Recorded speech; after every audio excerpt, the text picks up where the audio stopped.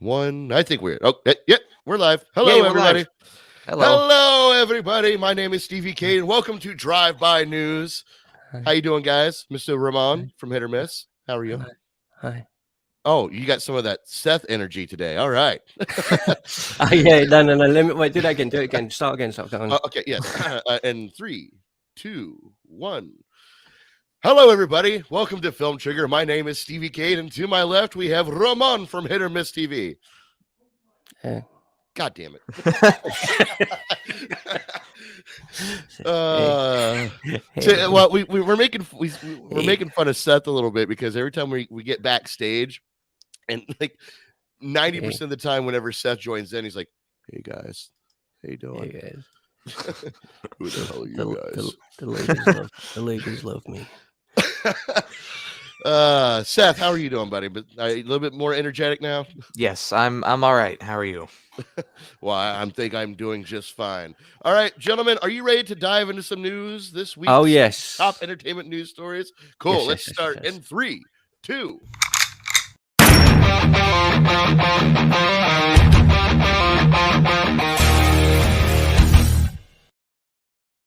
Whoop, whoop.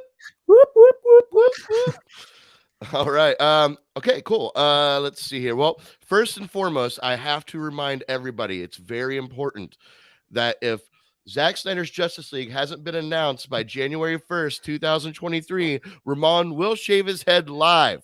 So just keep that in your Rolodex there, and your planner, your Google. Yep, and tell them the Google other one Calendar. as well that you said last week, and you said it just as was going off air. If Grease Part 3 isn't made with John Travolta and Olivia Newton-John, Stevie over this way, right next to us, he's promised if donations come in, he'll get breast implants. I don't need breast implants. I lost 90 pounds. I have my own tits. Oh, yeah. Don't tease me. Glad I said Don't that tease live me. on air. Hey, everybody. Don't tease me. Oh, yeah. All right. Yeah. Oh, shit. This is turning into a shit show. And we haven't been on the air for 10 minutes yet. We're not even 2.5 minutes in. Oh, yeah. All right, creeps. All right. You guys ready to dive into some of this stuff? Ready to dive in. Let's dive in. Yeah, sorry. All right. Shang-Chi 2 is in development. Good for him, Simu Lau. Ugh. Cool. I might give me a reason to watch Shang-Chi 1. I don't know. I thought you'd seen it. No, I have no interest in this movie. Like, it's just Seth? I've seen it. what do you think? I like it. It's a good movie, and I'm excited for the sequel. I mean, So it's a it solid sets up movie. a lot. Okay. I do need to watch it. It's gonna. I have a feeling it's gonna be one of those movies where like I'm gonna sit down, I'm gonna like angrily make popcorn, and like Seth, will you check the comments? I will Yes. angrily make popcorn and just like sit down and be like, okay, let's watch this stupid movie. Oh, you know what? It's not so bad. And by the end of it, I'm gonna end up loving it. What's up, Aaron White? How you doing, buddy? I'm all right, thanks. I'm doing good. Thanks, guys. Thanks so much. All right. So, yeah, Shang-Chi 2 is in development. And, yeah, that's that. I don't really have much to say about it, to be honest. Yeah, I don't really either. I mean, cool. Like, Makes makes sense. Pretty sense. much it. Neat. Cool story, bro. Yeah, cool story. Seth loved it. I thought it was a load of bum. But, yeah. I didn't love it. I liked it. It's okay. Like, Yeah, it was just... I just didn't find Simu Lau in the lead. I just didn't find him very... is it enthusiastic is the right word? I didn't find him very, like... Convincing? Yeah, like... Yeah. I don't know. I'll have to watch it. and It was make my all own right. It opinion. was all right. Yeah. It might be one of those like when we watched Shazam the first time. I might go back and watch it in a year, and I might be like, "Oh no, actually, it's great." But, What? Aaron Yeah, White no, hasn't seen it yet? Aaron, Yeah, I no, thought it's you. disappointed. I thought you've It's really seen every movie disappointing. ever made, like the day before it comes out. Yeah, it's very disappointing. Very disappointing now. We'll let it go this time. Aaron. No, we won't. I'm not happy with it. Don't do this. Don't turn on Aaron. Don't. I know. Today, Junior. All right. Now we have something new. Unfortunately, it's not in good light, but we have a breaking news story, and we have a new segment to start this.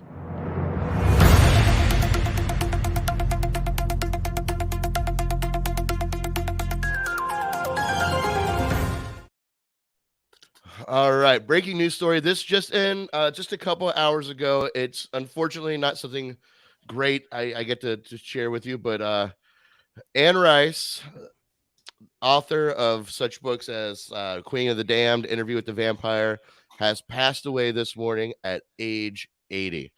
So, yeah, well, Anne, thank you for Yeah. your great books. Interview with the Vampires, still one of my top vampire movies. Well, in the top 5, really. So, did you like Interview with the Vampire, Ramon? Of course, mate. Yeah, it's a classic, man. And yeah, Prince Lestat was a book I remember reading when I was a kid.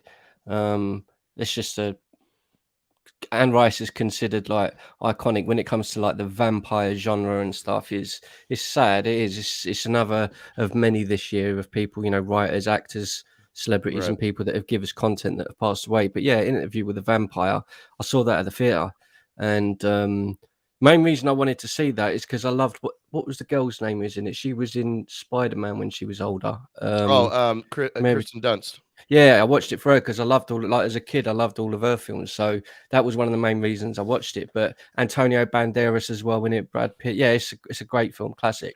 Yeah, I always forget Antonio Banderas is in it. I always forget that because I love that dude. he had a fairly minute role. It was more of an extended cameo than anything. Yeah. But yeah, it was a great movie. Anne Rice, as a matter of fact, did not like Tom Cruise being casted in that movie. Do you know what? At the time, though, I think it was a strange casting because that wasn't a Tom Cruise type movie at the time. He was doing stuff like Rain Man. What was the Days of Thunder, Cocktails. Yeah, Cocktail. He was in those sorts of films, and I was the same. When I first see him with like long hair, I was like, oh god. But looking at it even now, he's just wicked in it. He's brilliant as Lestat. I think he's okay. Like when I love him, man. Well, I love him. I think he does a good job, but I can't see past Tom Cruise. Like I can see past Brad Pitt. I'm into the character that Brad Pitt's playing. Brad Pitt's amazing in it. I can see past Antonio Banderas. I can see the character that he's playing. Tom Cruise, it looks like Tom Cruise doing a very good job at trying to method act. That's how I've always perceived it. It's not a bad role. He's not doing a bad job. I just can't see past Tom Cruise. Does that make sense, Seth? Have you seen an Interview with the Vampire?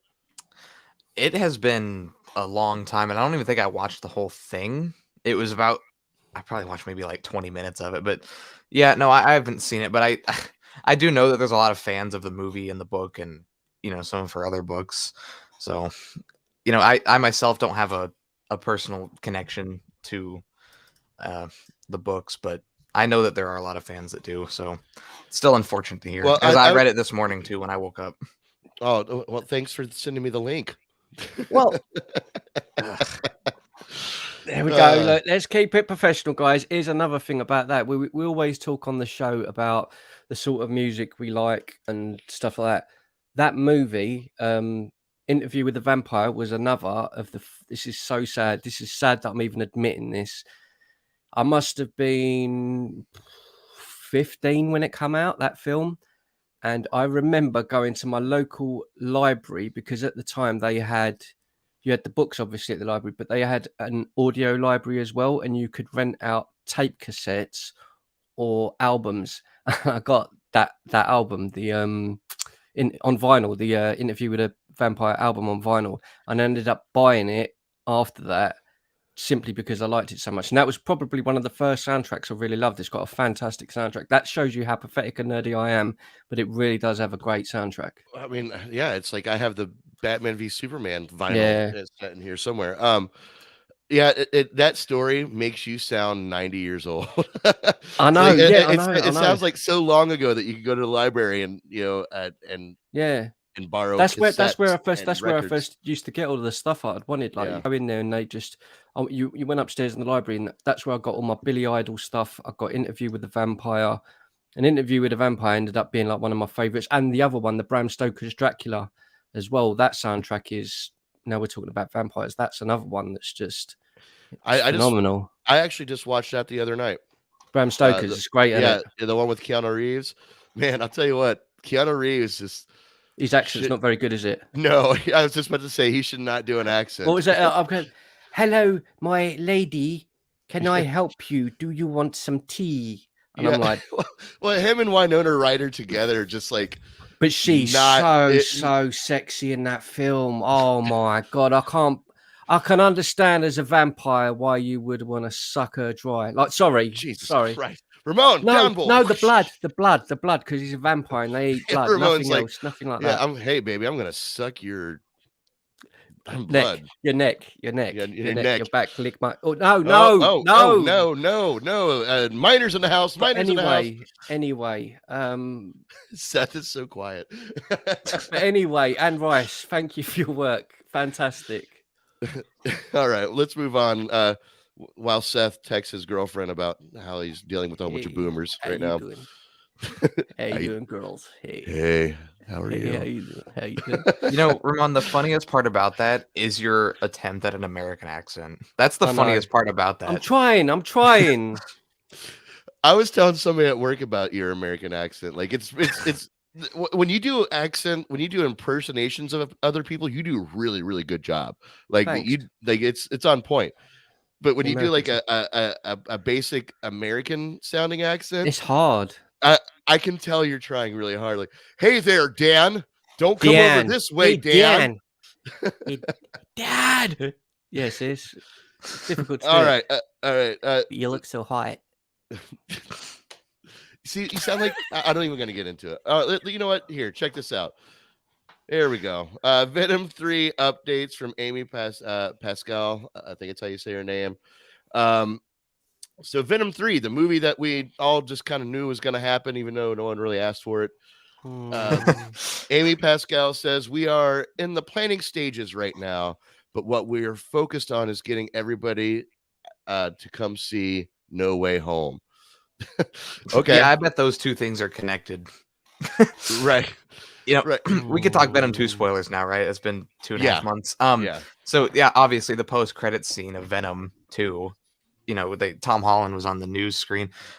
Something's gonna happen at the end of No Way Home, I bet. Like maybe post-credit scenes. Something's gonna happen. They're gonna link the two together.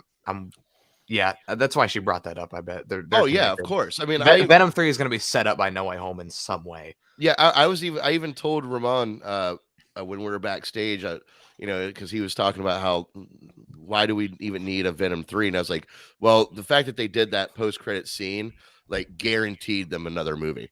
Like, I feel like that's why they did it. It guaranteed them another movie. So yeah, definitely. Such a shame as well, because Venom's such a good character. Tom Hardy's a great actor, but those films are just... They could be better. They could be a lot better. I think they should get another director. Like, I'm sorry, Andy Serkis brought absolutely nothing to this franchise. Nothing to the table. And Seth, you are 100% correct. He did not bring anything to the table. We were so disappointed. Like, I'm not hyped for another one. Is he going to be doing the next one, Serkis?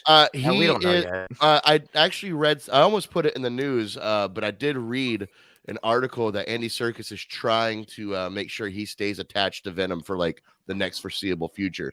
Oh, but no, it's not a good look, man. Well, I don't know if it's no. It's just it's gonna be like, oh, nothing new. Okay, we're just gonna get the same old. You know what the more disappointing part about that is?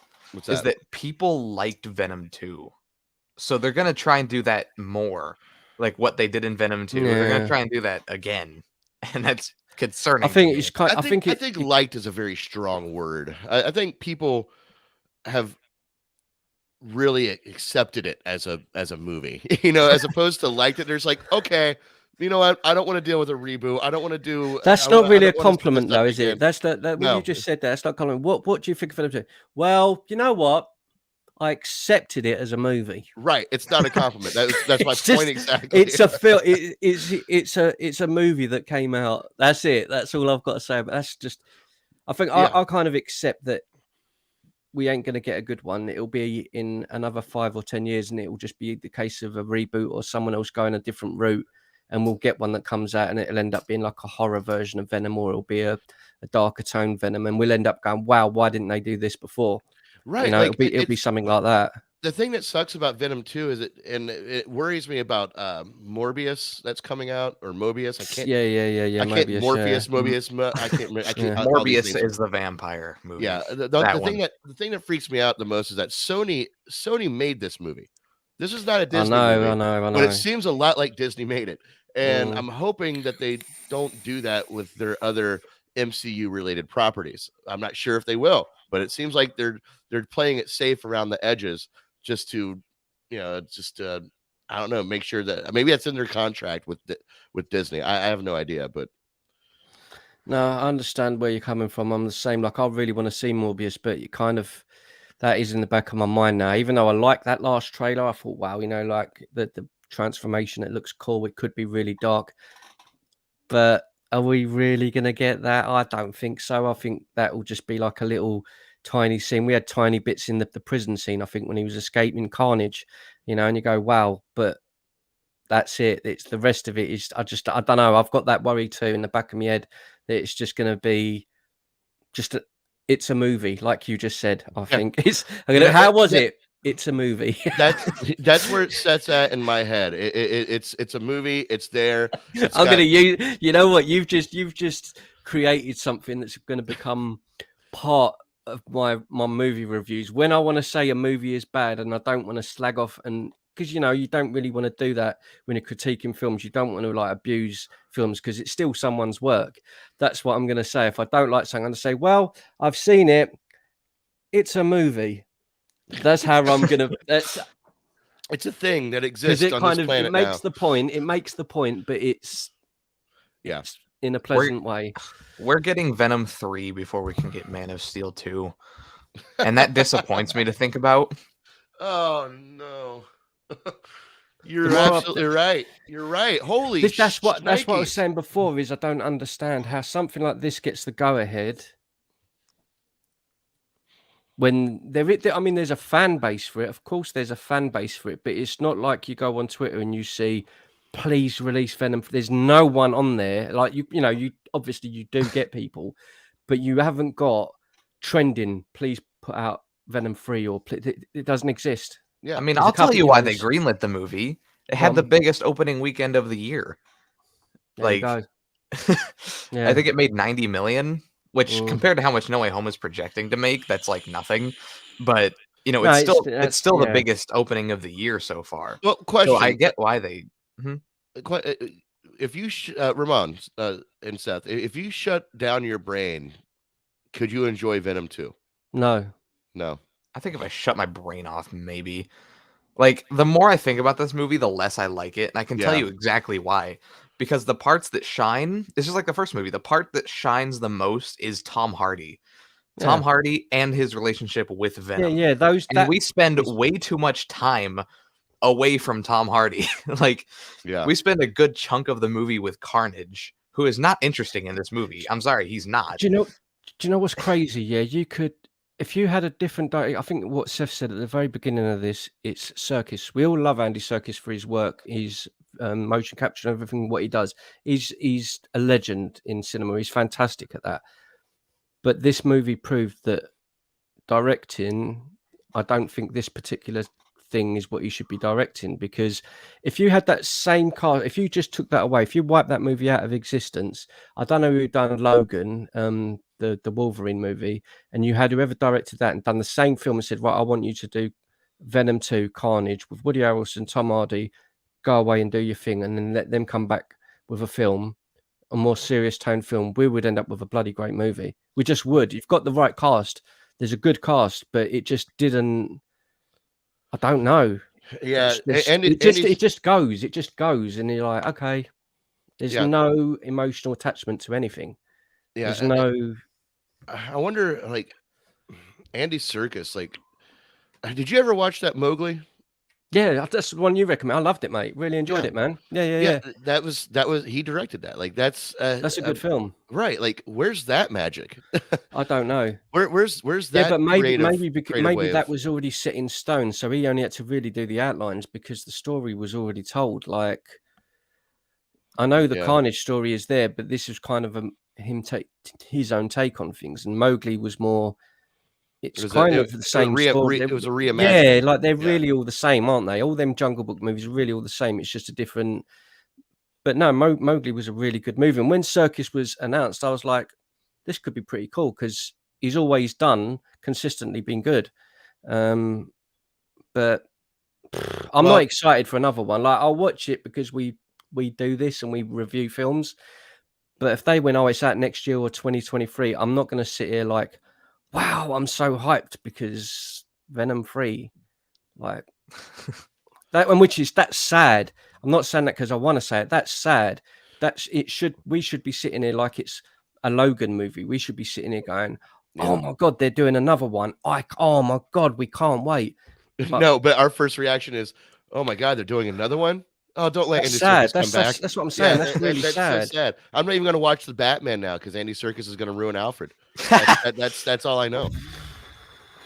No, I actually like that casting. That's my point. Like, I like that casting too. I'm just as excited about him being casted as Alfred as I was about him directing Venom 2. That's where my head's at. But then sometimes, maybe sometimes you got to give someone leeway. Everyone's allowed a dud project. Yeah, I know. Project I in know. terms I of, know. I'm just doing that to be nice. I don't believe what I'm saying. I don't believe what I'm saying. I'm just trying to be nice. Like, I think the next one, if he does it, will be terrible. But no, it'll be all right. I don't know. We'll see.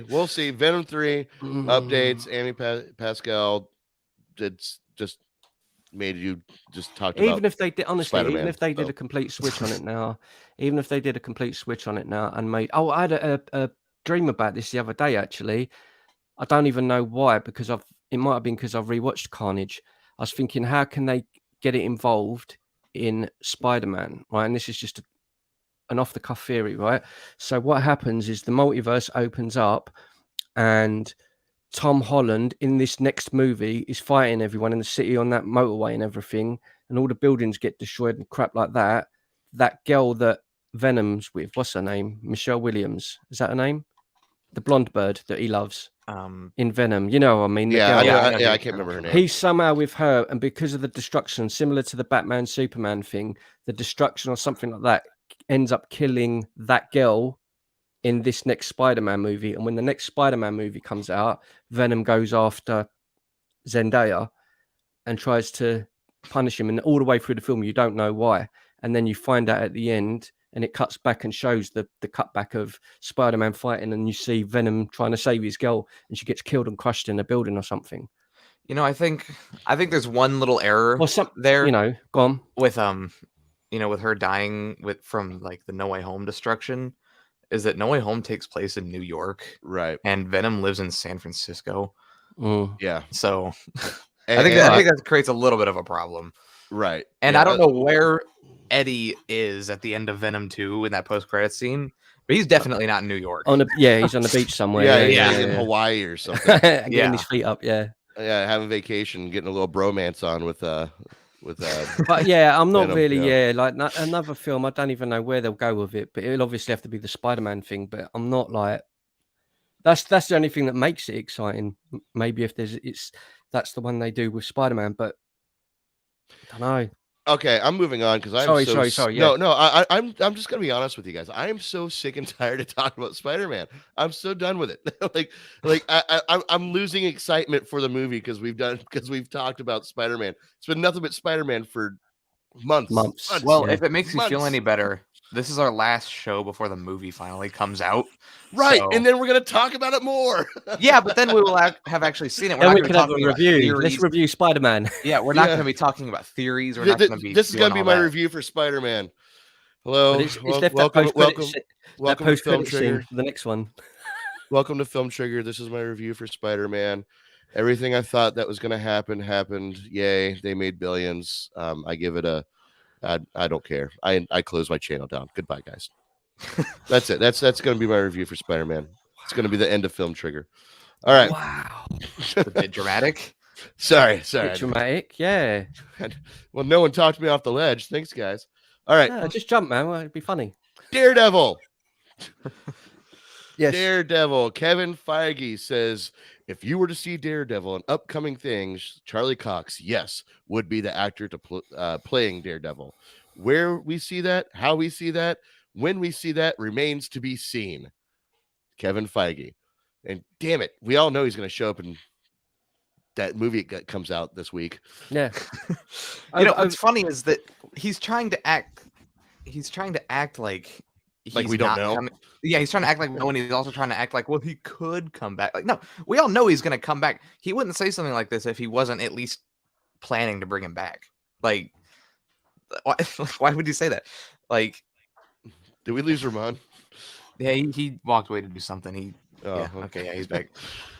But yeah, no, yeah, you're right, Seth. He's acting like we don't know. We like, Charlie Cox could return, and I just happen to be bringing this information out when it's heavily rumored that he's going to be in this movie that comes out this week, but no reason. They're not connected. I'm just saying it. You guys are all dumb.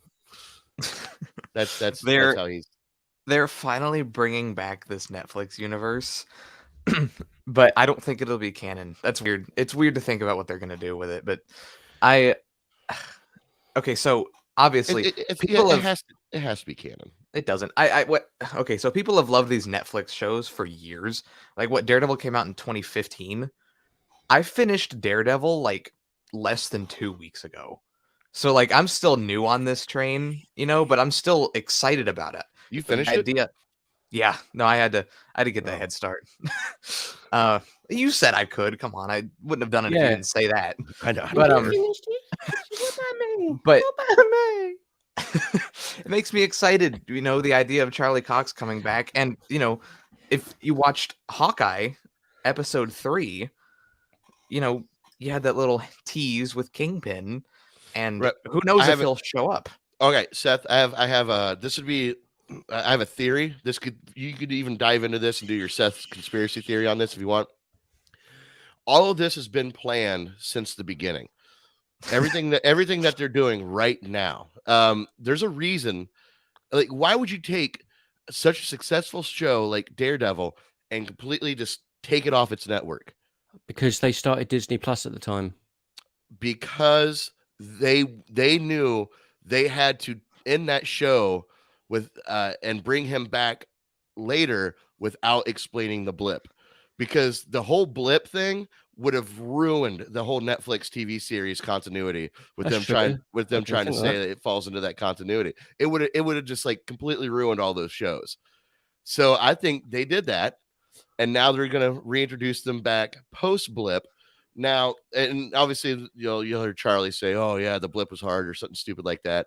But it won't be like a big deal, yeah. But I also believe either this episode of Hawkeye or next week's episode is going to reveal actual Kingpin, and that's I think it'll be this week, because on social media, Twitter, and that they've all been saying, like, I don't know if it was someone from Marvel or whoever said, is 5 this week? Episode 5 is this week, right? It said episode 5 is going to cause divide or They said, I know what you're referring to. They said that episode 5 is going to blow up the internet. Yeah, so something major is going to happen. It's going to be Kingpin. I'm sorry, I don't know what else it could be. That's what I'm saying. That like the fact that Kingpin shows up the same week that Spider-Man No Way Home comes out, that Daredevil is heavily rumored to be in, that is not a coincidence. They have strategically done this. And that's my whole thought. Wouldn't it be so smart and no, it's never going to happen, but it's just fantasy land now. But wouldn't it be amazing if Charlie Cox is in Wednesday's episode and something happens there and he's, I've got to go, blah, blah, blah. And then he turns up in Spider-Man, but it kind of, not in a big way, but refers that it's in this, like, it's literally just happened kind of thing. Hawkeye's, like, that would be so, I don't even think they're that smart to get that far ahead, but it would be great if they did. It'd be hard to shoehorn that in. Just that's what I mean. Just for the fact that the reason why Matt Murdock would even show up in Spider-Man is because of the events that happened in Spider-Man 2.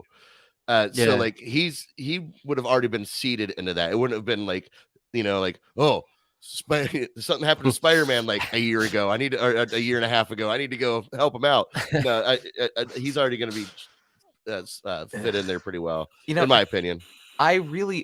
Sorry, I'm just going back to this. I don't think that they're going to be canon. I think that this is going to be a soft reboot of these characters.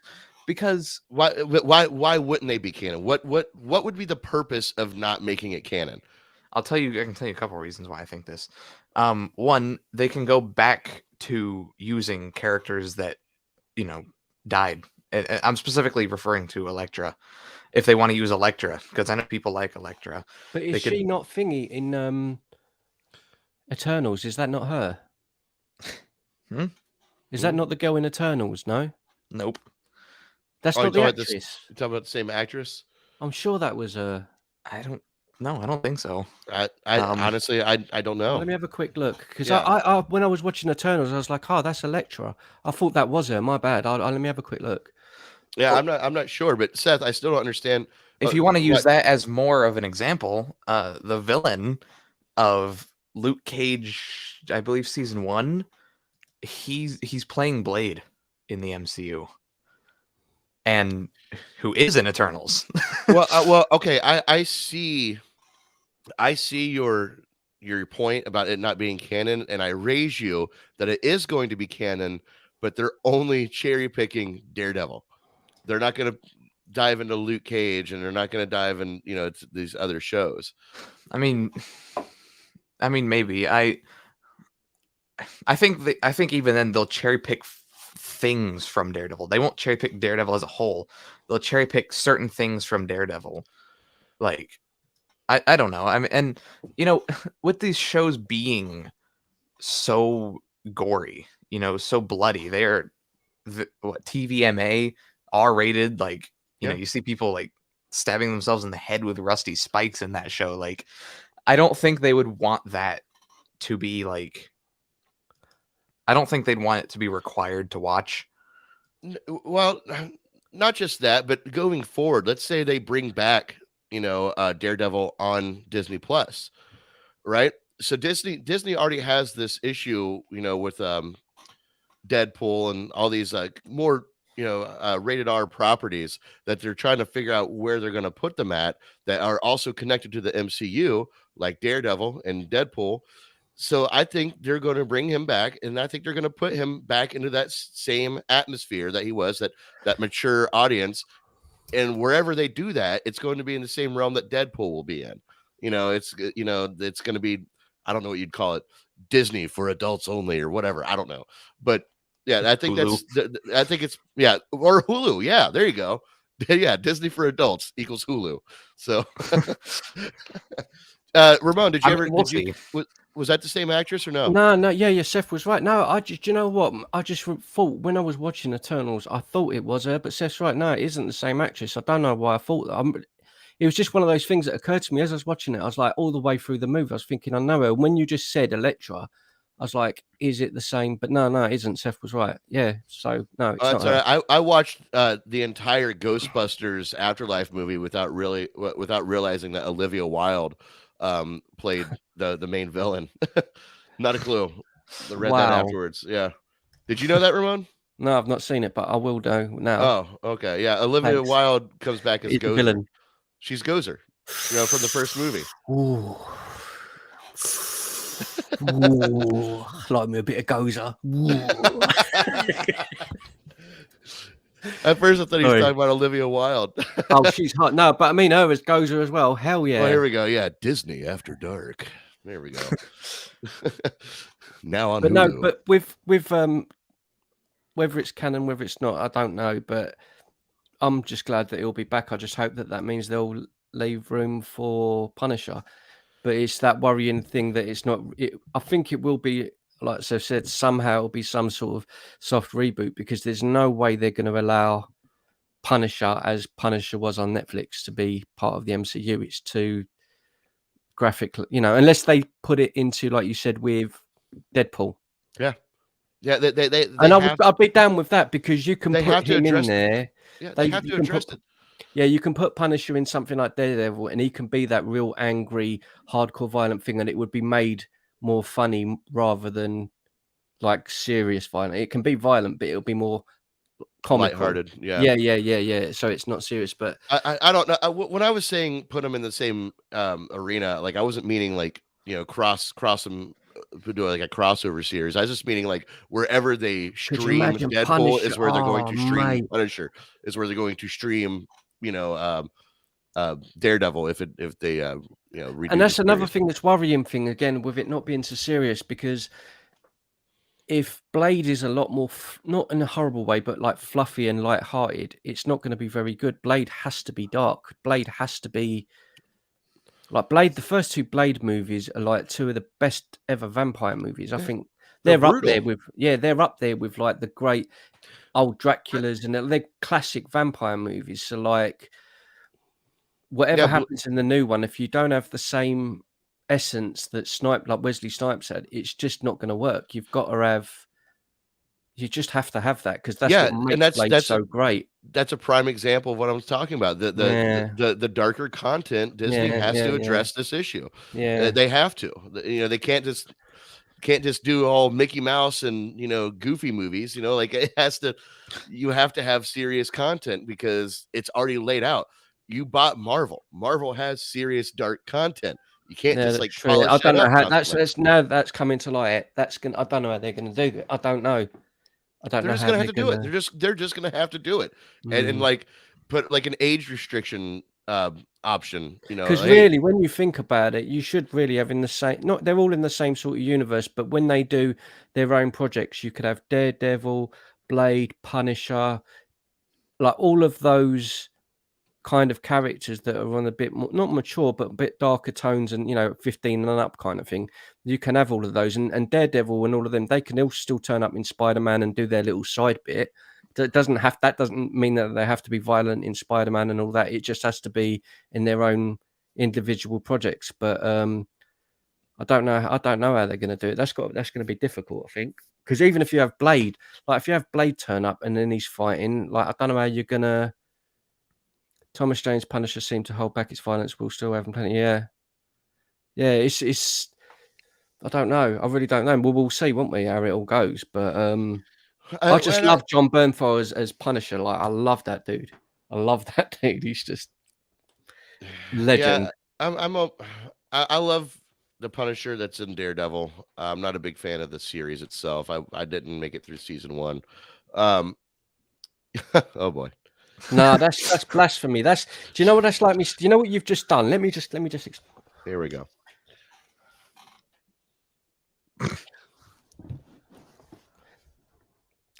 This is in comparison. So, Ramon, I just watched the TV series of Scream, which no one liked. And I've been thinking about it. It's a lot better than the original Halloween franchise. It's a lot better than Freddy Krueger ever done.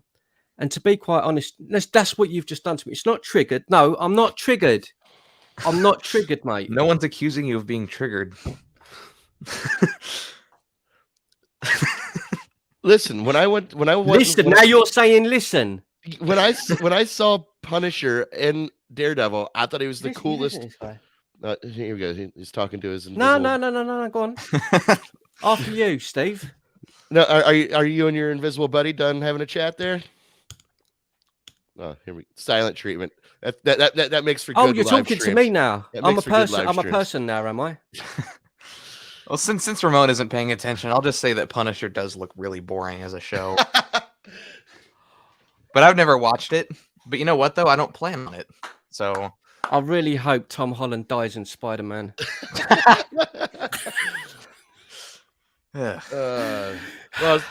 Well, Aaron White, thank you. He liked Scream season 1 after it went off the rails. After that, it went off the rails.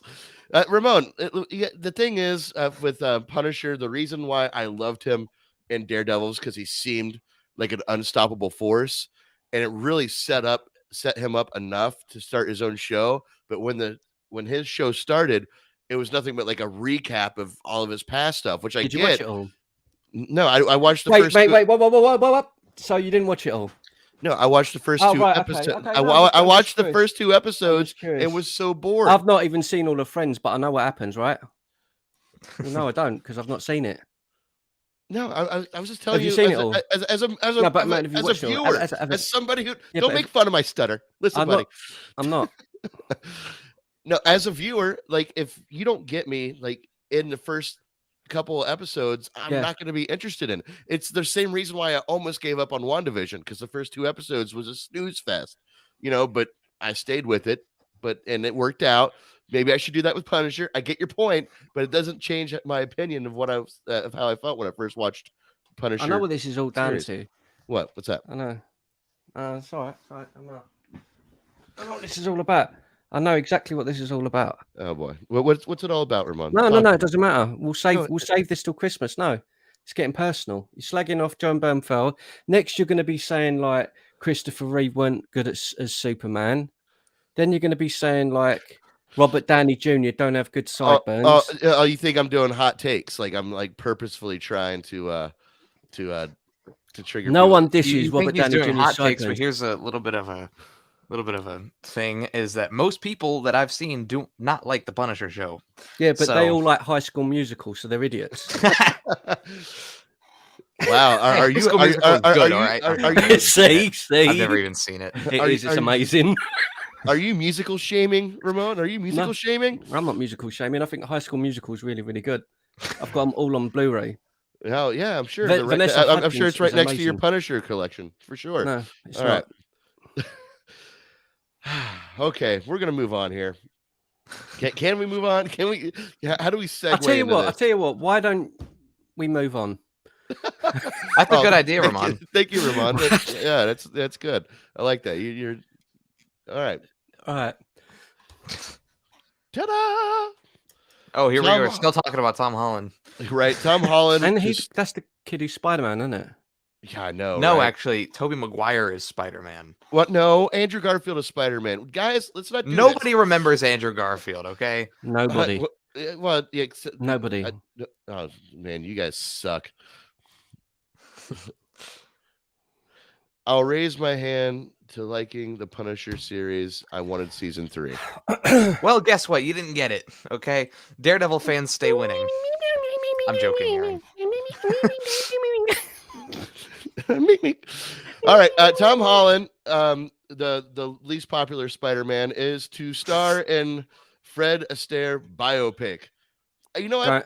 Cool. That's going for the Oscar. It's going to be one of them. Yeah, it'll probably be filmed in. It will be filmed in black and white, and it'll be him dancing. Everyone in Hollywood saying how amazing he is, and he'll be doing who did, and all that stuff. It's going to be the next Ed Wood. Well, no. If it was going to be the next Ed Wood, then maybe I should have brought up the photo of Tom Holland cross-dressing. I think I think that was a slight dig, trying to say that Ed Wood's not going to be, just saying. Oh no! Listen, I think this movie. I mean, Fred Astaire was very, very talented physically. Like just all the amazing his tap dancing routines, his physical comedy. Like dude was absolutely amazing. And who else could he was the Spider-Man of his time, in his physical capabilities. So I think this works. I think it makes sense. I'm not too keen on Fred Astaire. Like I don't know too much about it's them. Not my sort of. It's not my like my sister and a lot of family are into all them like the older like them. Like Gene Kelly and all them kind of movies. It's just not my. It never was. It was never really the sort of thing I would enjoy. But that will be a massive success, though. I think. Yeah, I think it will be too, and I think it's a good step in the right direction for Tom Holland because I think he's doing actually a really good job at keeping himself known in other roles besides Spider-Man. I like him, but I'm not going to be horrible. But I don't think he's that great of an actor. I know he's young, but I don't when I said before. Andrew Garfield done Hacksaw Ridge, which is a fantastic movie. You look at Tobey Maguire. It was there one called Brothers with him and Jake Gyllenhaal, the war film. Yeah, that film again. Tobey Maguire in that is phenomenal. I'm yet to see a performance by Tom Holland as yet. He may have done something before, but on that, like you said, that's going to blow you away. Wow, what a performance! But maybe this will be it. Well, maybe, but that movie with Tobey Maguire that you're talking about, where he suffers from PTSD or whatever. That's it. I think the reason why that movie didn't do so well, though, or why people still aren't talking about it, is because after Spider-Man, it was hard to see Tobey Maguire as anything else besides Spider-Man. Yeah, that film, I just thought he was incredible in that film. I thought he was amazing, and just I just But thought it was great. I get your point. You know, Tom Holland's resume isn't that large right now, but I have faith in him. I really do. Yeah. You know, he is a young actor, and I think he's gonna do something one day. It's just gonna blow all of our minds. Maybe this movie is it. Maybe it won't be. But my main point is that I can tell he's doing his very It's good best that he's to move step, around. Yeah. to move around and not be Spider-Man Because for that's the the rest of difficult his thing. days. It's true, isn't it? It's Christopher Reeve had that problem with Superman. You know, it's Yeah, difficult exactly. to get because he will always be Man of Steel to me. He will always be that guy, but it's difficult to. Henry Cavill's done the right thing, really, when you think about it, because he's done that. He's the talks of James Bond. He's already doing The Witcher, so he's Yeah. jumped on like completely different, massive things. Yeah, he's doing that So you, that what's it?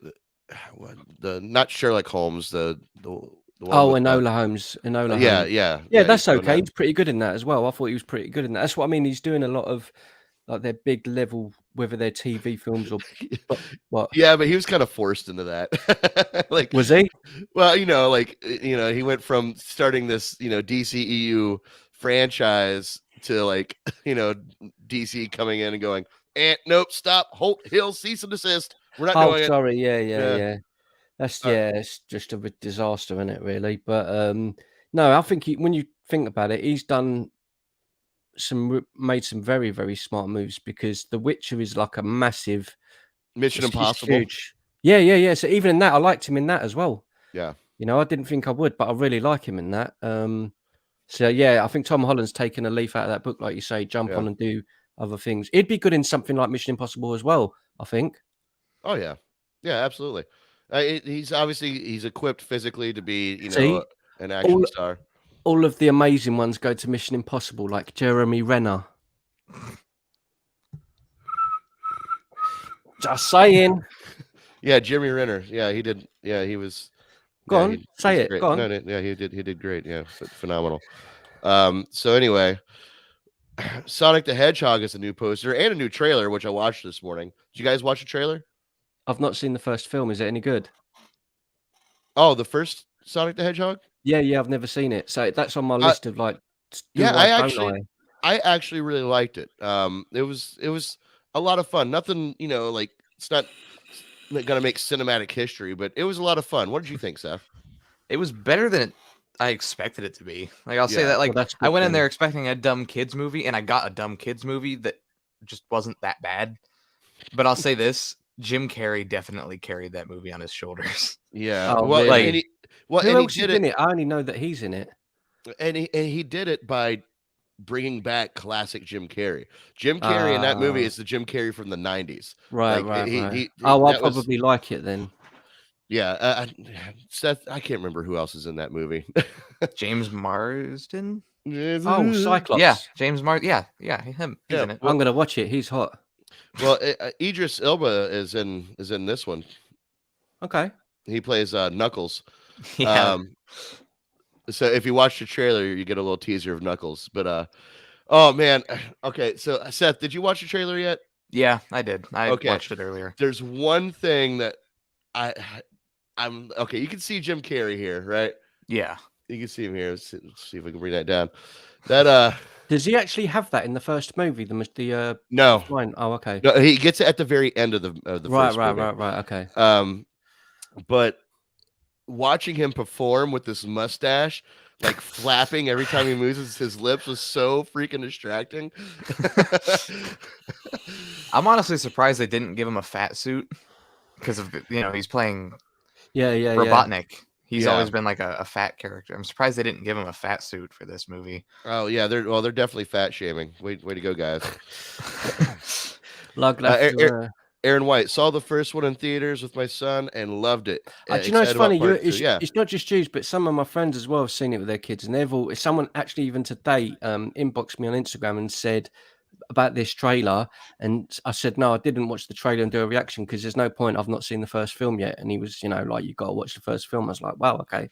So that's what I mean. Everyone I've spoken to really is not. There's no one come back really and said, oh, the first film's bad.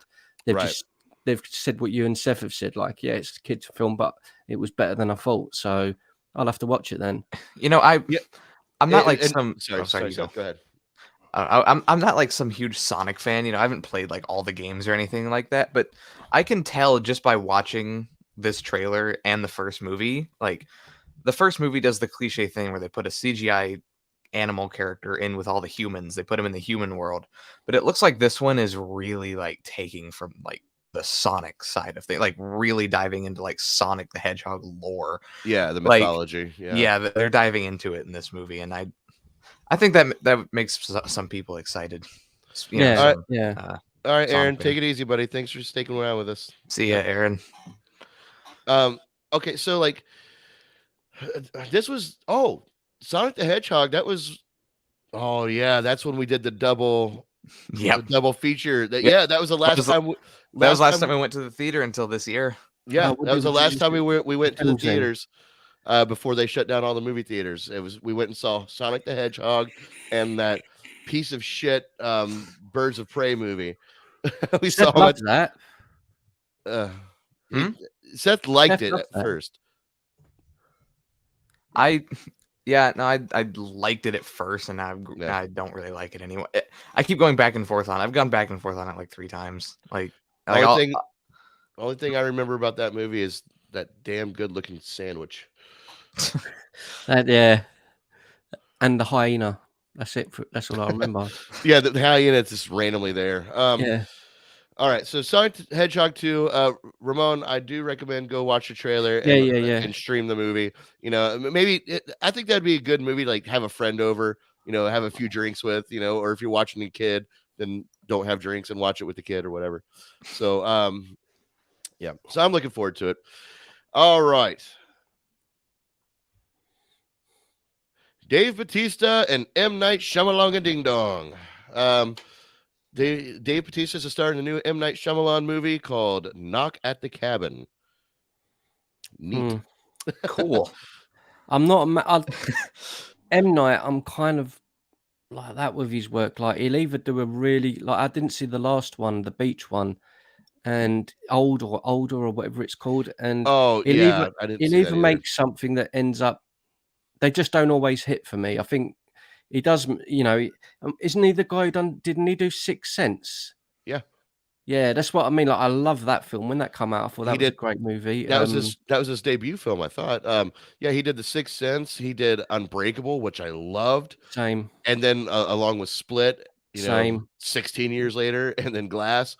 Yeah, I like all of those. So he's very Ramon, this goes right to your channel's namesake because he is hit or miss. Yeah, he is. Like that's what I mean. I don't really know. Like that when I saw the trailer for the last movie, I was just kind of like, okay, they're all on a beach and then they all go for a hole and then everyone's getting older and they don't know why. And I'm like, it didn't intrigue me enough to be like, oh wow, this looks like something I've never seen before. It was just kind of so it didn't really grab me. So maybe this one will. I think he's a good director, but it's hit or miss with the work. I think he would be a good director for not cinema.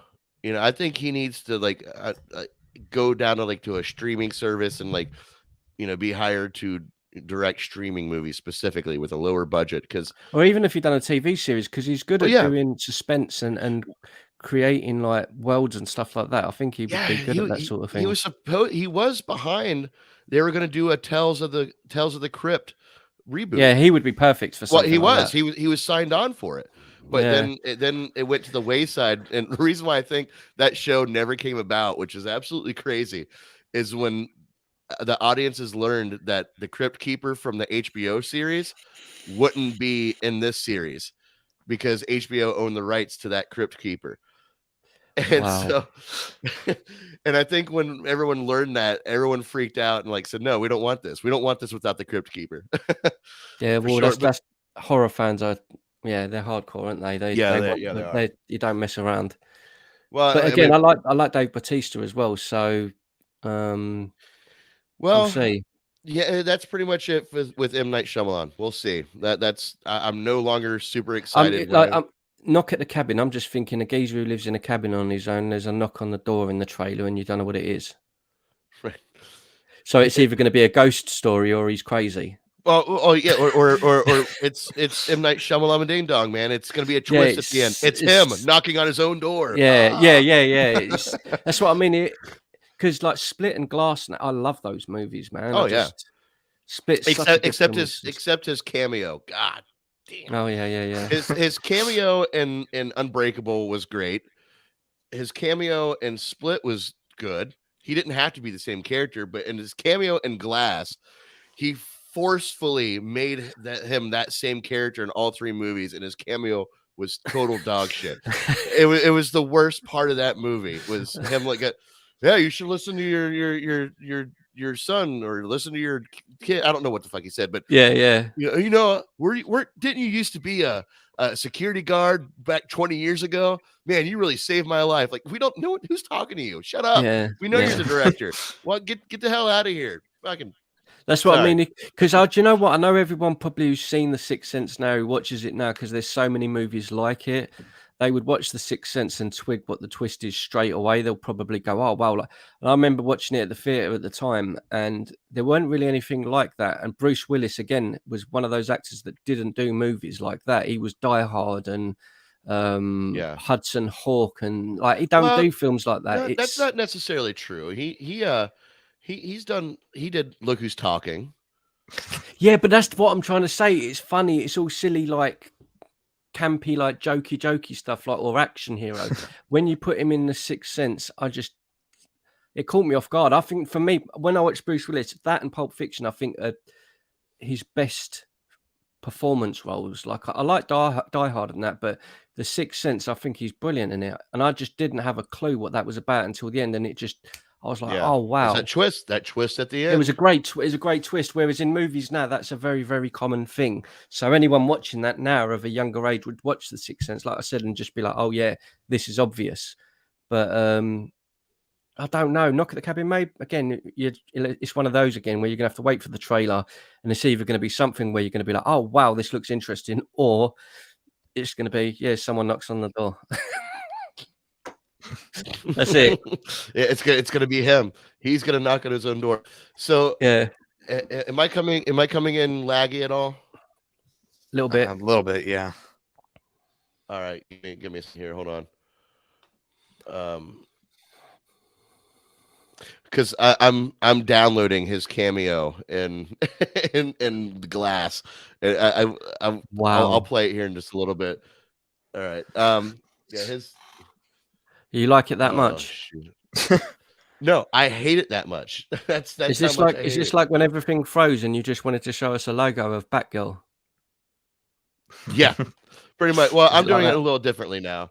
I'm No, please continue. It's gonna be a minute. So yeah, M. Night Shyamalan. Okay, cool. I'm down with it. Yeah. All right, moving forward. It's weird, and it's strange, isn't it, though, with certain directors? Because it's true. It's like there is a few directors where you don't know from movie to movie whether you're going to get something that's mind blowing. Like prime example, Christopher Nolan, who I think is incredible, and Tenet was not a good movie. Yeah, I'm not huge on Nolan either. Oh, really? Yeah, like his movies, except for his Batman series, which was very askew for what he typically does. His movies are just, for me, they're good as a viewing at one time only. You know, their rewatchability isn't that great for me. You know, I've Inception, I've never had a desire to watch that again. Bro, that film's so good. Yeah.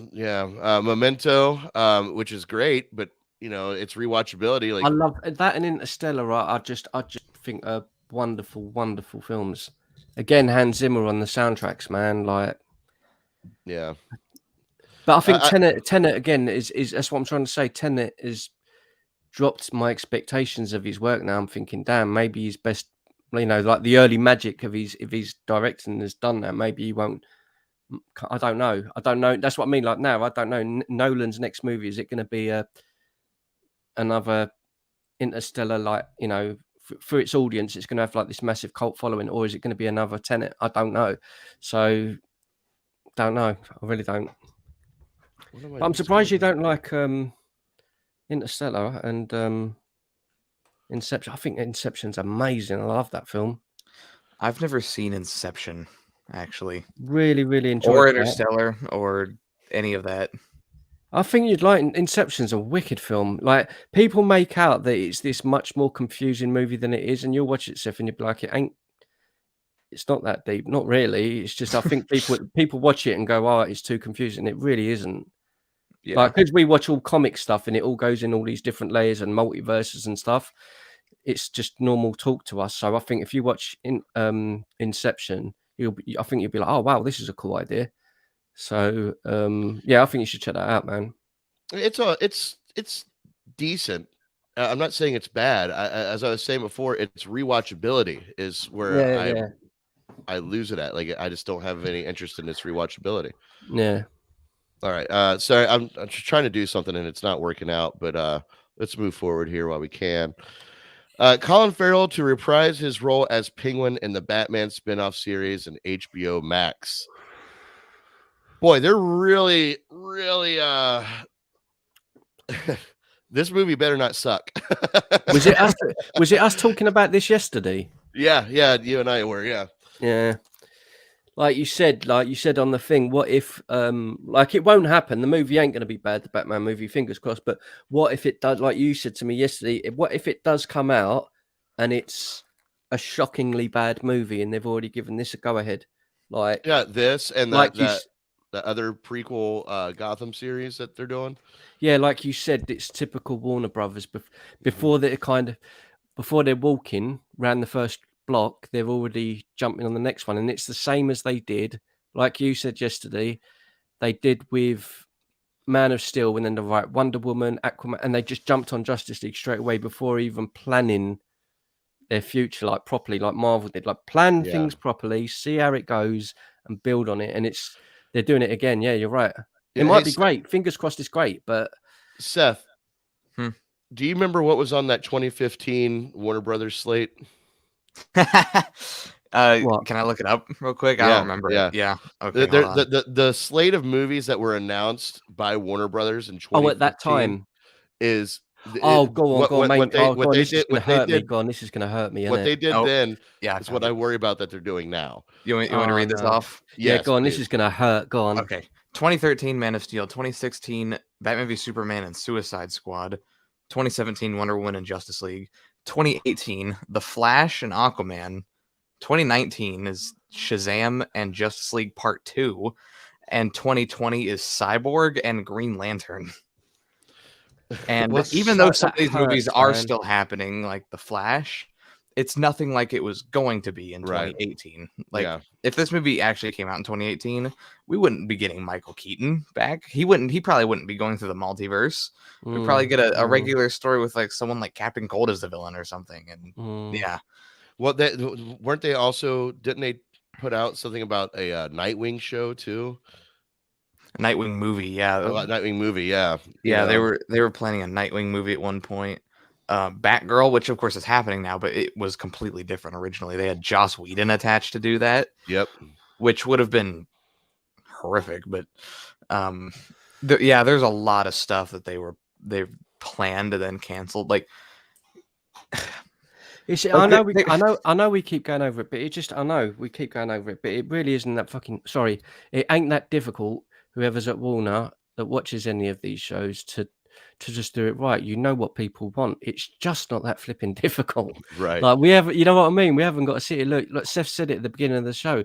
If they just announce tomorrow or New Year, Man of Steel 3 is coming out in 2023, don't release nothing till then, it's already going to sell. It's already, the work's done. You haven't got to do anything. Just make the movie. But yeah, anyway, that's a pain though. Green Lantern, Justice League 2. Oh. Hopefully we still get Green Lantern. We're getting a show. And I keep hearing about that. I still think we're going to get the movie.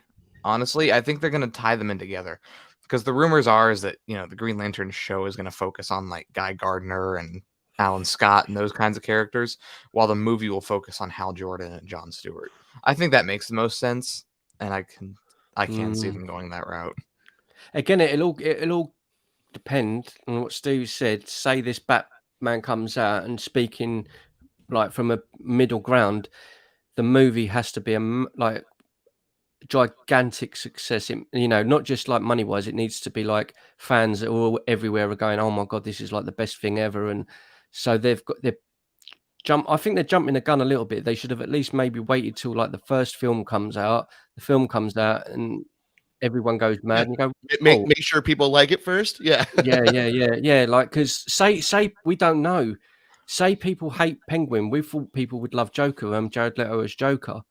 Like, say that was already announced now, and then the film come out, the Suicide Squad. You'd be going, oh my god, the Joker TV show's coming out. Like, no one's going to watch that now.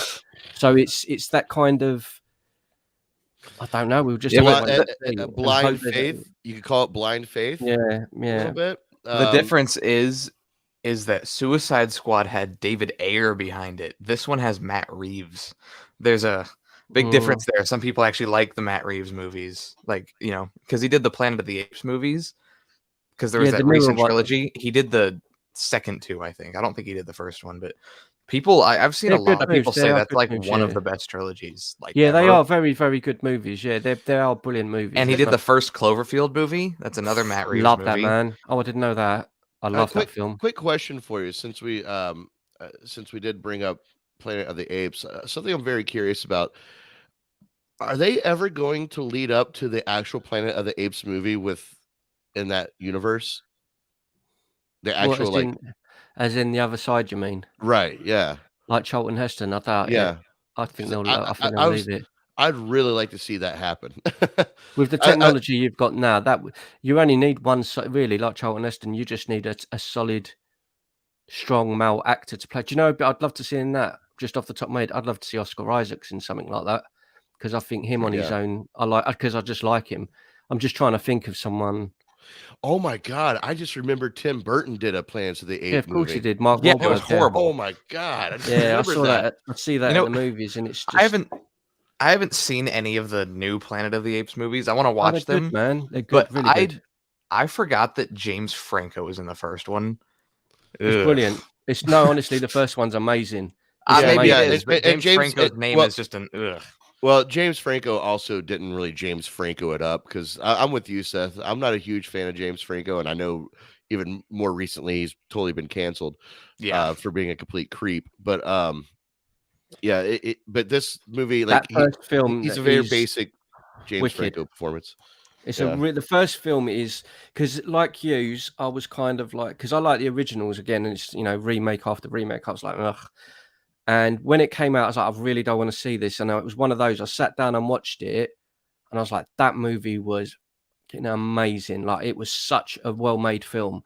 And I was so hyped up for the sequels, and none of them are like each other. They're like very, very different movies. Kind of like how, I suppose, when you look at Batman Begins and then you look at the second one, The Dark Knight, they're still very much Batman, but they're nothing alike. Nothing alike. And it's like that. The Planet of the Apes movies, they're very, very different stories. So all around the same sort of characters and that, but they're all in their own right very good films. That's definitely, you should stick that on your list, guys. Them three movies are really, really good. Oh yeah, I like the Planet of the Apes movie. That's why I was hoping they would make this prequel series, the trilogy, and then actually go to the actual Do you know story. what, man?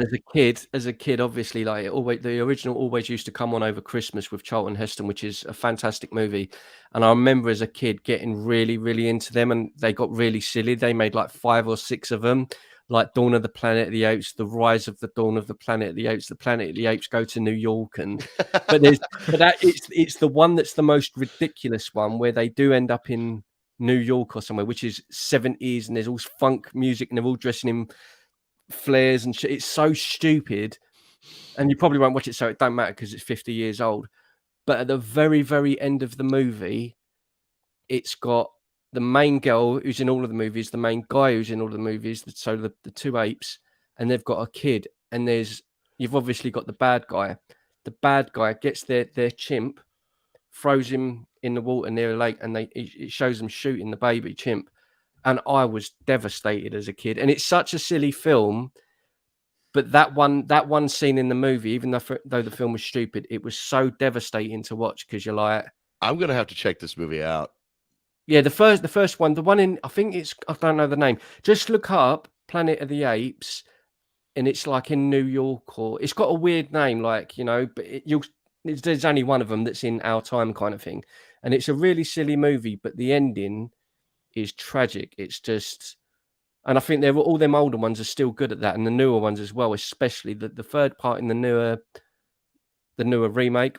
Yeah. The third part is well sad, like really, really sad. It's like really, powerful, man. It's just a good film, very, very good film. Well, hopefully, I'd really like to see that universe remake the original movie. In their own sort of way. I think it's almost robbing us not to.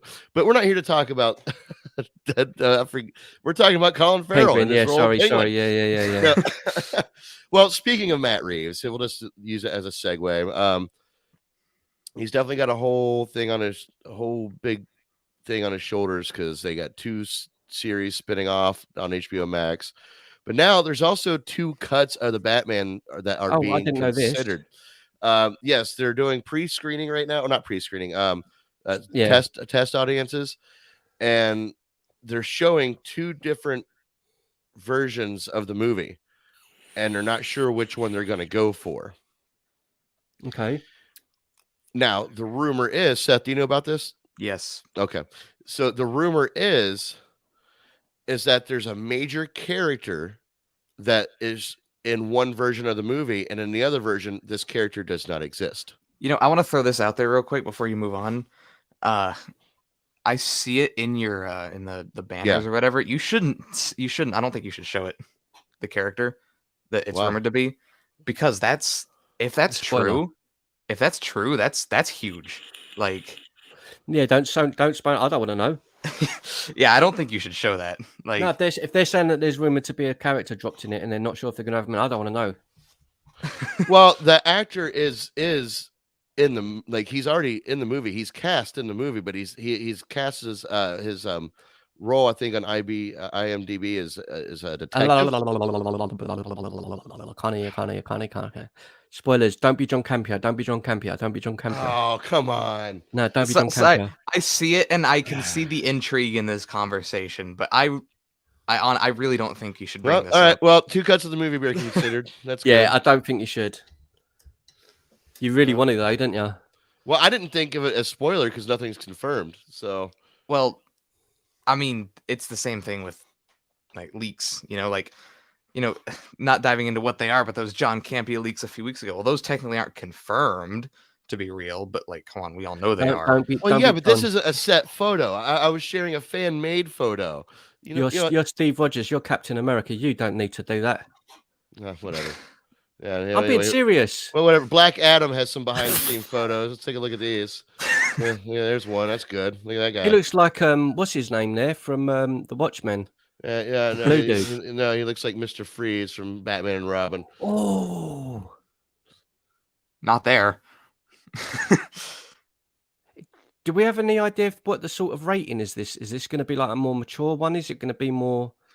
They've already said it's going to push the limits of PG-13. That means it's going to be PG-13, but yeah, but they also, I did read elsewhere that, and who was it? That The Rock said a quote that this movie is going to push the boundaries of superhero movies or something like that.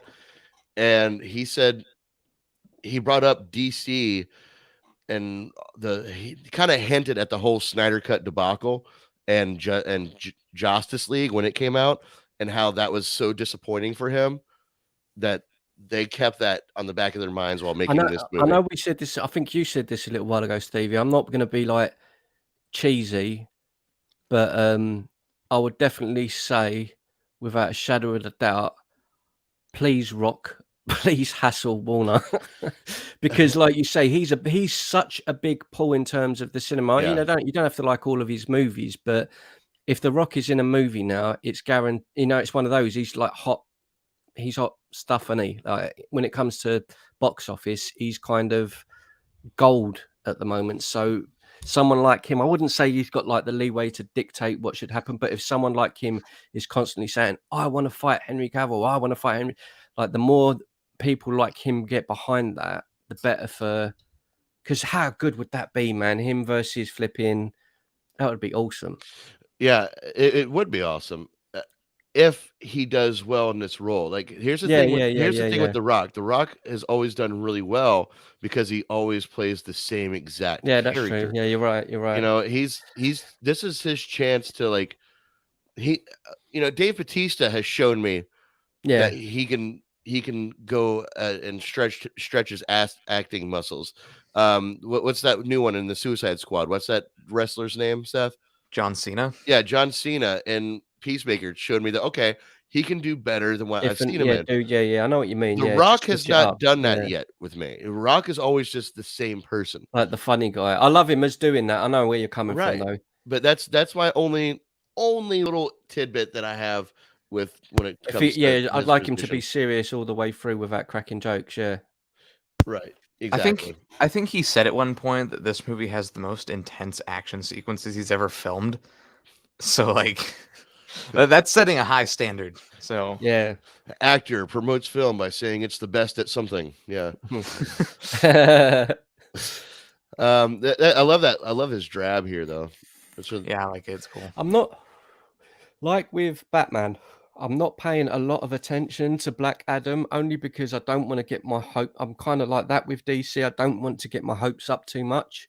So I'm doing news and stuff on it, but I'm not going too deep into it because just don't want to get my hopes up too much. And Right. I hope it comes around when these movies come out. And as I say, I hope we go and watch all of these films. And I hope the Batman comes out and we're all sitting there going, this is like one of the best Batmans we've ever seen. I hope that that's the case. I want to say that. So I'm just not pushing my hopes to get too excited first. Right. Because it's easy to do that. Like it's Batman. It is. You know Well, what I mean? I think I want to think get that's excited. that's what happened with the first Venom, with me. Yeah, like I want to get excited, but Yeah. I've still got that little bit of in my heart. Like I'm a bit, I don't know. Yeah, PTSD. Yeah. It is, yeah. Yeah. It is. All right. Let me get this off here real quick. When is the Batman actually out?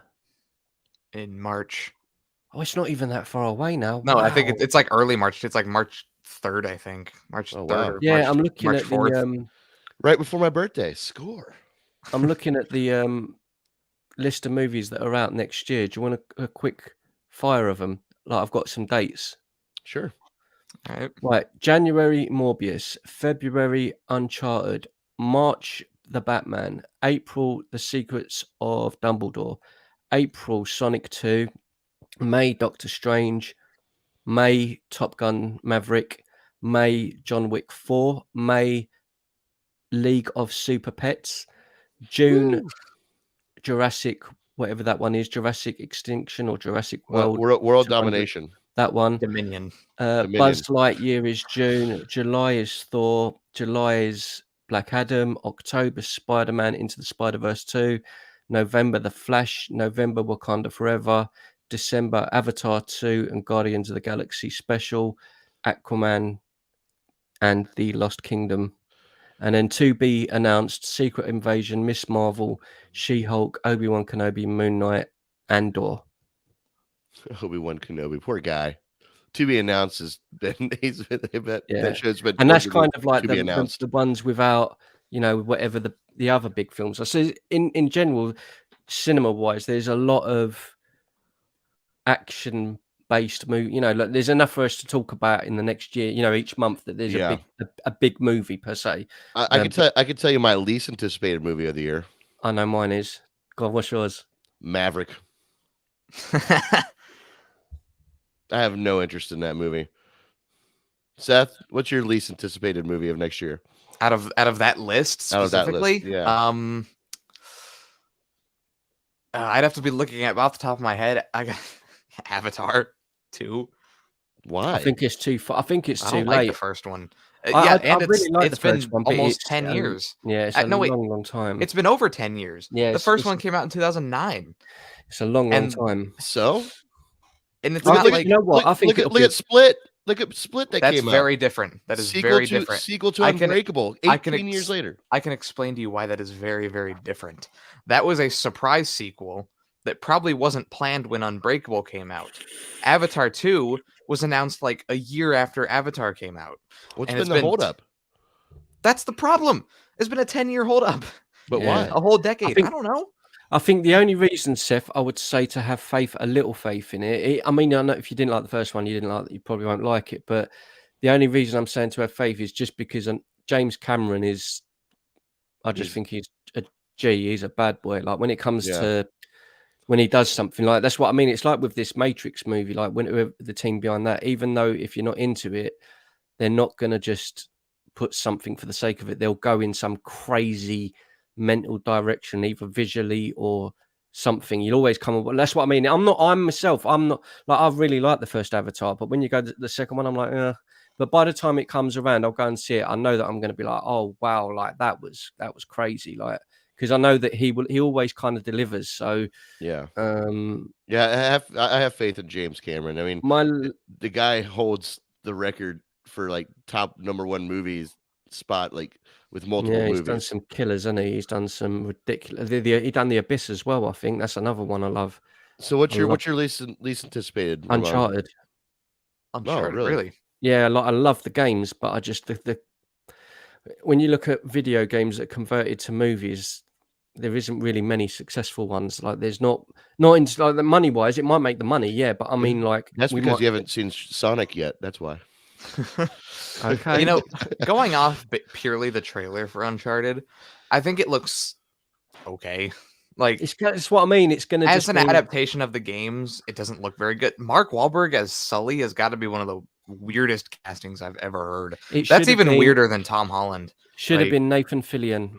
Always said it should have been Nathan Fillion. You see, I like that. I think he's a bit old. No, I mean to play the old Sully, because Sully in the game. Oh, you mean for Sully? Yeah, okay. yeah.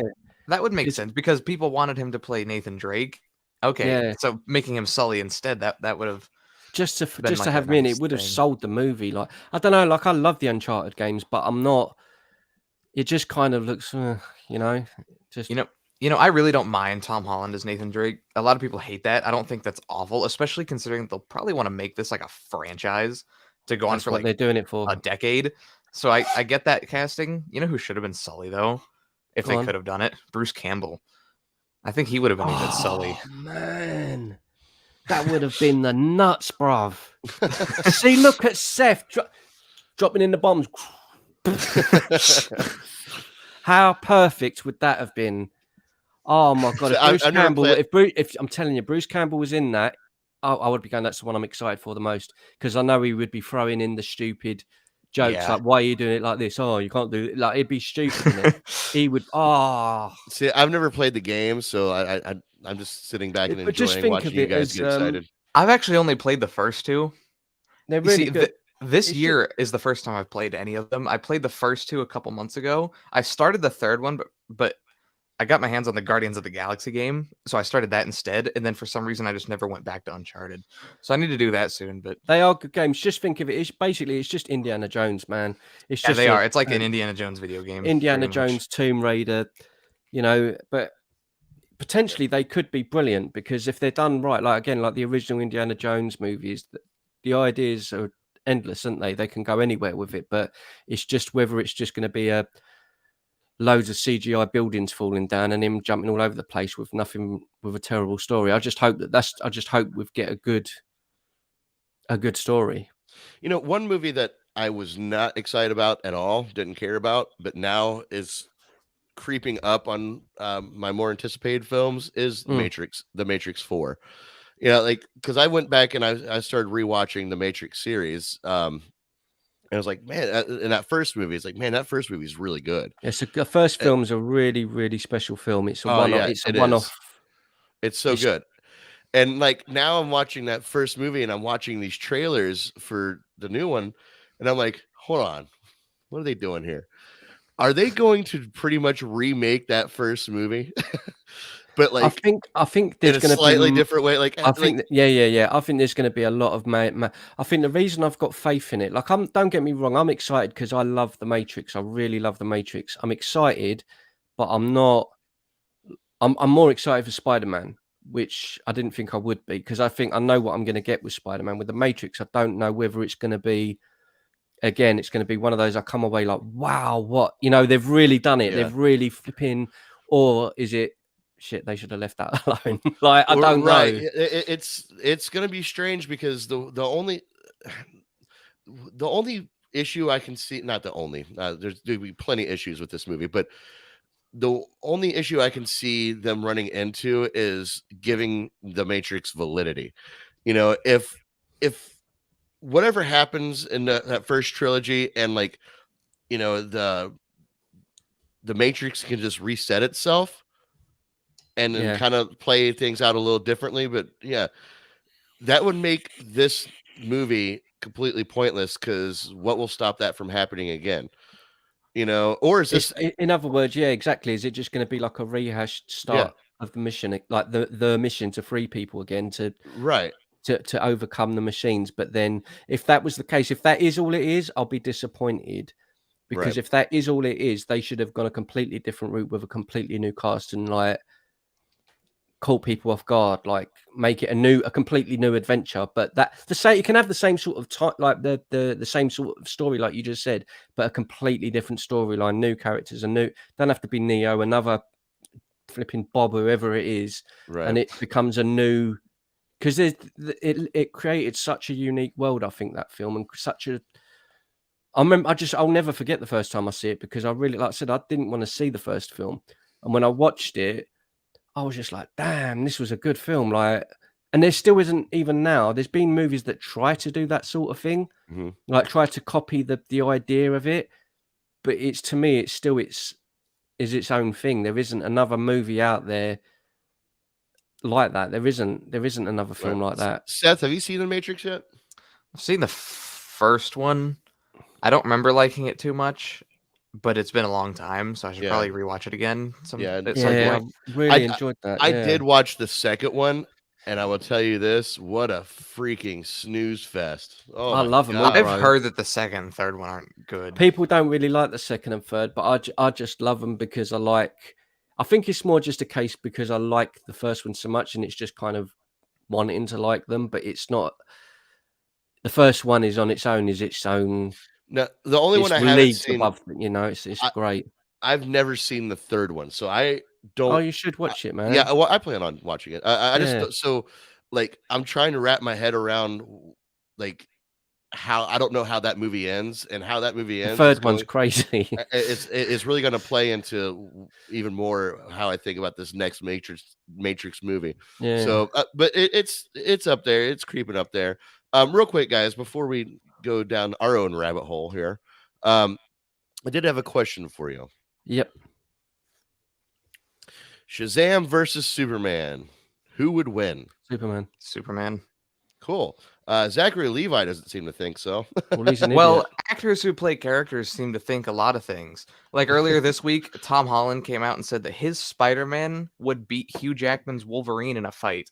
Yeah, sure, Tom Holland. Yeah, I want to see that happen. Well, to be fair, I mean, he did go up against Thanos, like, and lost. No, yeah, he lost. Remember, Mr. Stark? I don't feel so good. I bet you don't, bub. Yeah. Zachary Levi was asked. Yeah, but again, these was what I'm saying. We was talking just now about what The Rock's doing. Well, he's got another movie coming out. Right. It's good. Actor talking highly about his movie. Yeah. Yeah, I get it. I understand what he's doing. So I rate him for doing that, because it's another one. Everyone doing their DC thing is still saying, well, I could beat Superman with Henry Cavill. They're all still trying to do it in a nice way. Well, yeah, and here we are eating from that fruit. We're so no respect to him. I was going to just abuse him for saying it, but no respect to him, because he's one of the ones, obviously, he wants that to happen as well. So, yeah, good guy. Zachary Levi says, I got to bet on me. Kryptonite screws him up. Magic screws him up even more. But honestly, based on the comics, it's pretty much like a rubber match. And I kind of like that. I like that they're not picking a victor, but clearly I'm going to kick his ass. Yeah, that's why he's doing it. It's good. Yeah, he didn't. Yeah, he just said it. I'm going to kick his ass. Yeah. He is kind of right though when he talks about the magic, because Yeah, that is one of Superman's weaknesses. Explain that to me. I didn't understand that. See, I don't know much about it. I don't know because I'm obviously kryptonite. Okay. You know that whole thing, but I've Yeah, just that's heard that that magic is a big weakness of Superman. Well, So- there is an old. I was actually going to try and find it in the loft somewhere. I will do it one point and bring it on the show. I used to collect like the annual, like the annual book each year, and I always used to collect the Superman ones.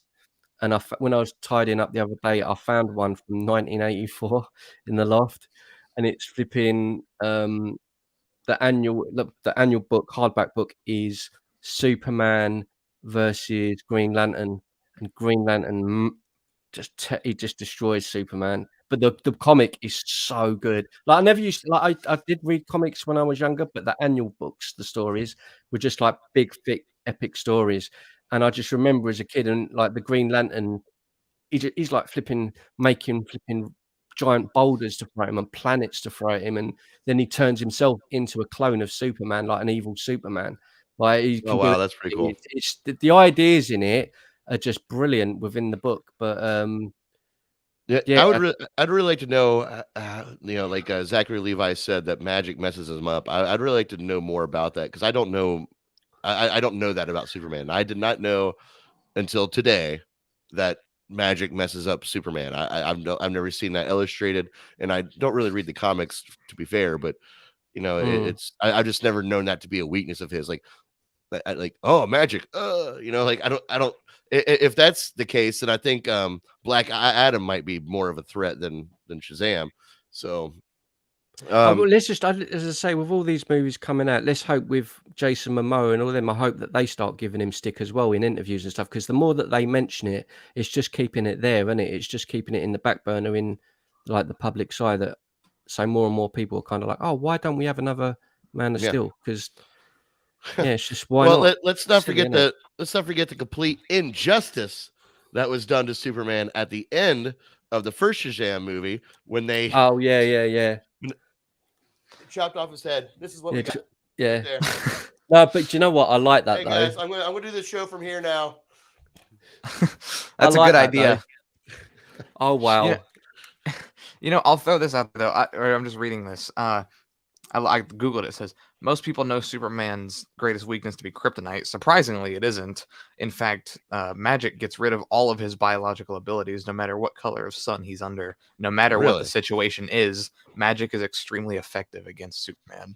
So magic is worse against him than kryptonite is. Then define magic, because like Shazam, okay, that's magic. Then what the hell does Aquaman have? Well, he's not magic. No, he wouldn't be magic. Where does magic and meta? Where are those lines? Is that a blurry line? Metahumans and magic? Yeah, I don't know. Sure, but I think because characters like Doctor Strange or Scarlet Witch or Shazam, Black Adam, Zatanna, those are all magic characters. All right. Well, I guess I'll be splitting hairs there, figuring out, but none of which, no magic, no metahumans, just regular old people doing their regular old things. Let's talk spoiler talk for episode 4 of Hawkeye. Number one, I'm just going to come out of the gate and say this. I knew exactly who that was the moment she landed. Yeah. I think we all did. Yeah.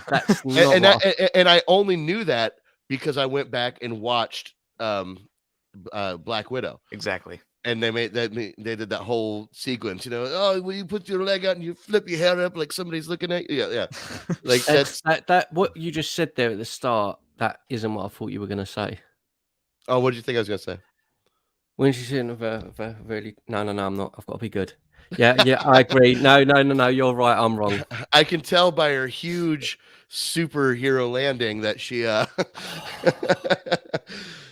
she's let me just get it out of the way. All right. Warning. Florence Pugh is so ridiculously attractive in this.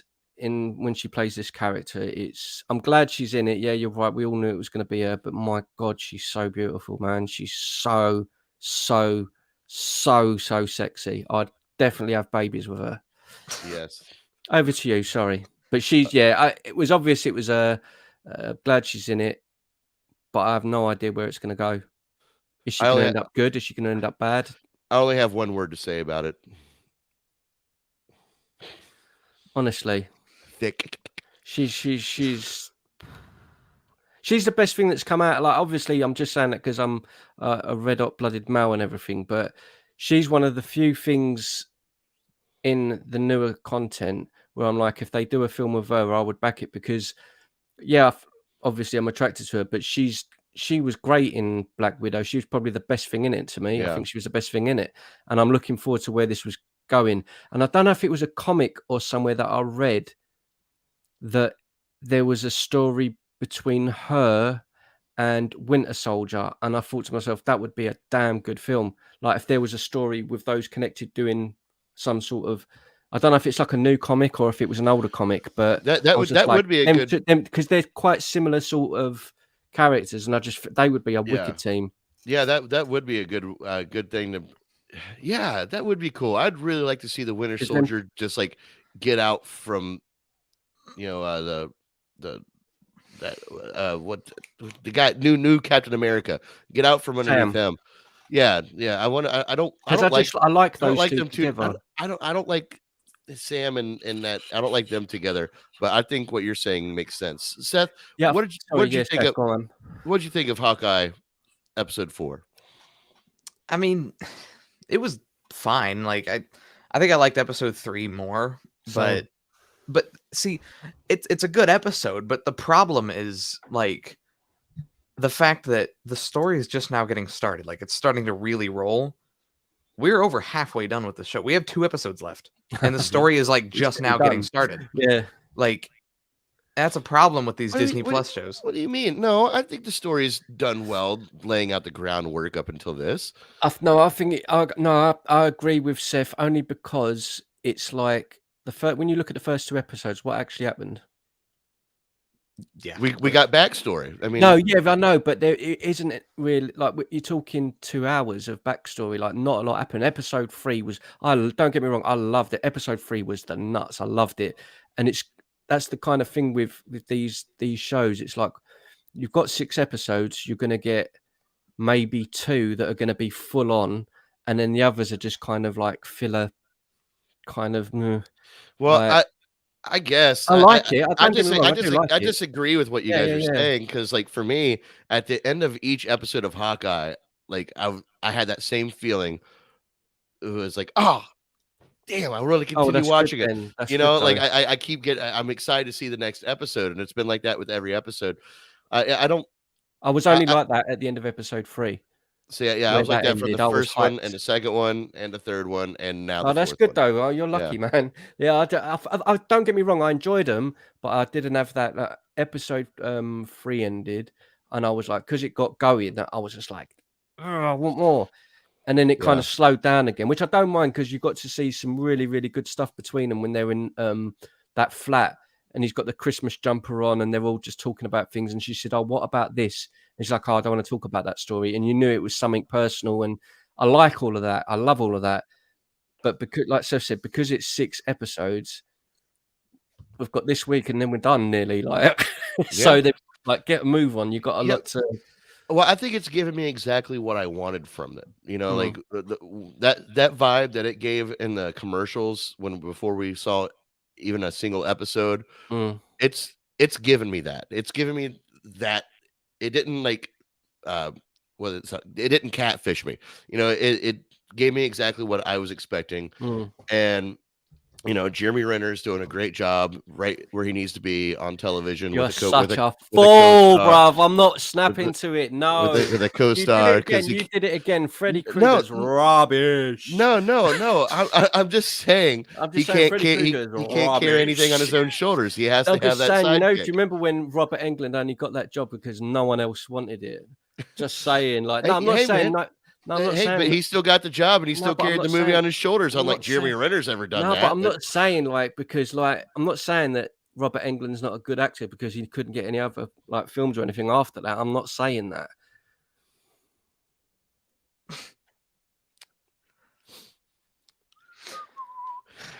Seth? Huh? Anything else? Nope. All I'm saying Okay. is that I like the episode, but if they don't like hurry things up, like I feel like these episodes 5 and 6 are going to be like really just packed, Full on. They have to and Yeah. be.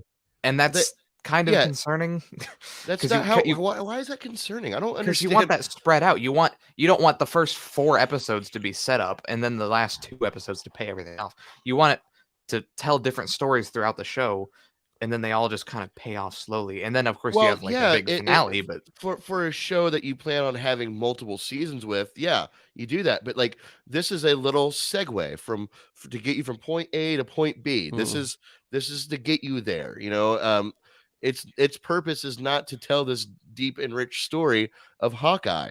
its It's what purpose is to bring Kingpin back. That's Do what you its know what- purpose do you know is. what- well, and to pass the torch and let this grumpy old Hawkeye guy go retire with his family while young new Hawkeye's out doing her thing, and it also leaves room you know for what I Hawkeye think to show up every now and again in the Do you know what I MCU. think I would have preferred? I mean, I've enjoyed it. It's not in a like a negative way. I've enjoyed it. I think it's been good, and I will end up watching it all again. I think when I look at this now, I think would it have been better if they would have just done a 2-hour Christmas movie and had this whole story in a 2-hour Christmas movie? I think it would have been better. That's just how, from what I'm getting from it so far, because Yeah, like you say, these last 2 episodes have got to be solid. Like I think what will happen, I think episode 5 will be manic and it'll have a massive reveal like Kingpin at the end, or there'll be like a big fight between Hawkeye and Kingpin or something. It'll end on a cliffhanger. The last episode will be a bit slow, and then they'll have like another cliffhanger at the end and be like, oh, okay. Whereas that's okay, but I think maybe I'm just kind of I was expecting a bit more. That was all. Maybe. I don't know. Maybe I was just expecting a bit more. After episode 3, I was like that feeling you just said. I was hyped after it. I was just Yeah. like, yes. And the last one come out, I enjoyed it, but I was like, I knew they were going to slow it down. It's like, here's the filler episode, right? Let's slow it down again. You know, And then I don't I don't care how slow episode 5 is. If Kingpin is there, I will be what was that phrase? A happy camper. That's what I'll be. I will be happy with Yeah, that yeah, episode. yeah. If Kingpin is there, I don't care if he's there for 5 seconds and the rest of the episode was just people sitting there and talking. If Kingpin shows up, I will be happy with the episode. It'd be because funny, Kingpin like is you said. great, and Vincent D'Onofrio as Kingpin is great casting. Wait a minute. How great would it be if episode 6 was a showdown between Hawkeye and Bullseye? Where'd that come from? Yeah, the main question is where's Bullseye come from? Yeah. What do you mean? He was in Daredevil. Do you remember how his story ended? No. Yeah, he got paralyzed. Oh shit. Yeah, I don't remember that. Yeah, Well, yeah. I mean, Kingpin broke his back. Oh shit. Yeah, I forgot about that. I would love a fight between Hawkeye and Kingpin though, because he don't That would really be have cool. he don't have a lot of luck. I love Jeremy Renner, but Kingpin's just an animal, and I'd love to see him fight and beat the crap out of Hawkeye, just to have like a good fight, like just to have a good fight on screen. But she's obviously going to end up being good. Yelena Belova. Yeah. She'll end up being. Yeah, she'll be on like, their side in this episode for sure. So, anyway, it's got some good characters in it, and it's we'll say, won't we? You know, I'm looking at this image, and I'm thinking, you know, I think this whole Disney Plus series thing, I think their first goal before they wrote down a single episode of anything was, how can we get every one of these characters into their classic comic style suits? Because we've seen that with every single character so far. Vision, Wanda, the Loki, and all the classic Hawkeye. Lokis. Yeah. Oh, that was a great. That's what I mean. I don't think the shows have been like outstanding. Like they're not going to be TV series we talk about in 10 years' time and go, oh my god, you remember how brilliant that was? But I think they've been okay, and I think every season of each one have had certain specific great moments. Like with Loki, I loved seeing Richard E. Grant as the old Loki, and he made up all the buildings and everything, and it come down, that monster thing come down and killed him. Like that was amazing. In WandaVision, seeing 2 visions and stuff like. There's certain there's great moments, but there's like overall the seasons have been like they're okay. Do you know what I mean? They're all segues. They're all segues to put in filler for their streaming service that will make sense for the MCU. You know, So as it stands at this moment, I know we've discussed it before, you guys. What would you say is your favorite of the Marvel TV series that's come out this as it stands now? Oh, Loki. yeah, I'd have to say Loki has been the most fun, but Hawkeye is a very close second. I'll say this: if the last 2 episodes of Hawkeye are just as good as episode 3, if not better, it'll Then it'll probably be fit. my favorite. Yeah, I guess it's not fair to really pin this up against Loki since the show's not done, but yeah. But So if those episodes are just as good, but if they kind of fall off at the end, like, then it's gonna stay as Loki. But if they are like really really good, then it'll. I'm gonna have to watch Loki again, I think. yeah, Loki that was would- great. that I would like be- Loki a lot. That would be a good like binge. You know, spend one day and That's just what I watch might it back do. to back to back to back. You know. Yeah. Because I think the favorite for me is still WandaVision. I loved WandaVision. I think it's Oh, it's you only like WandaVision? but it's only because I love Vision so much, man. Like I just put him in saying I'm WandaVision happy. almost lost me. It almost lost me. Like I understood what their purpose was and what they were trying to do in those first 2 episodes, but the fact that we got those first 2 episodes back to back, and then I had a week to sit on it, Yeah. you know, and then the 3rd episode didn't like really seem like another it wasn't thing, going to you know, change it. Maybe that's the case, you know. Maybe you're right, you know.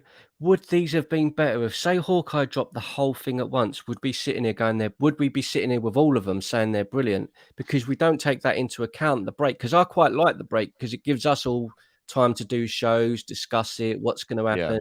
I think Hawkeye. Sorry, you go. I interrupted you. No, but you know what I mean. Like because they're spread out over the week, and some of the shows not a lot happens. It kind of gives you that time of, oh, was it really that good? But if you binge watched it for 6 hours, you get it all at once. You're going to be going, oh wow, like you don't really, because you don't get the break. You're just getting everything at once. So maybe I might. That's what I'm saying. So maybe you're right. I'll binge watch Loki, and maybe I'll watch it. I might see it in a different light. See what I mean?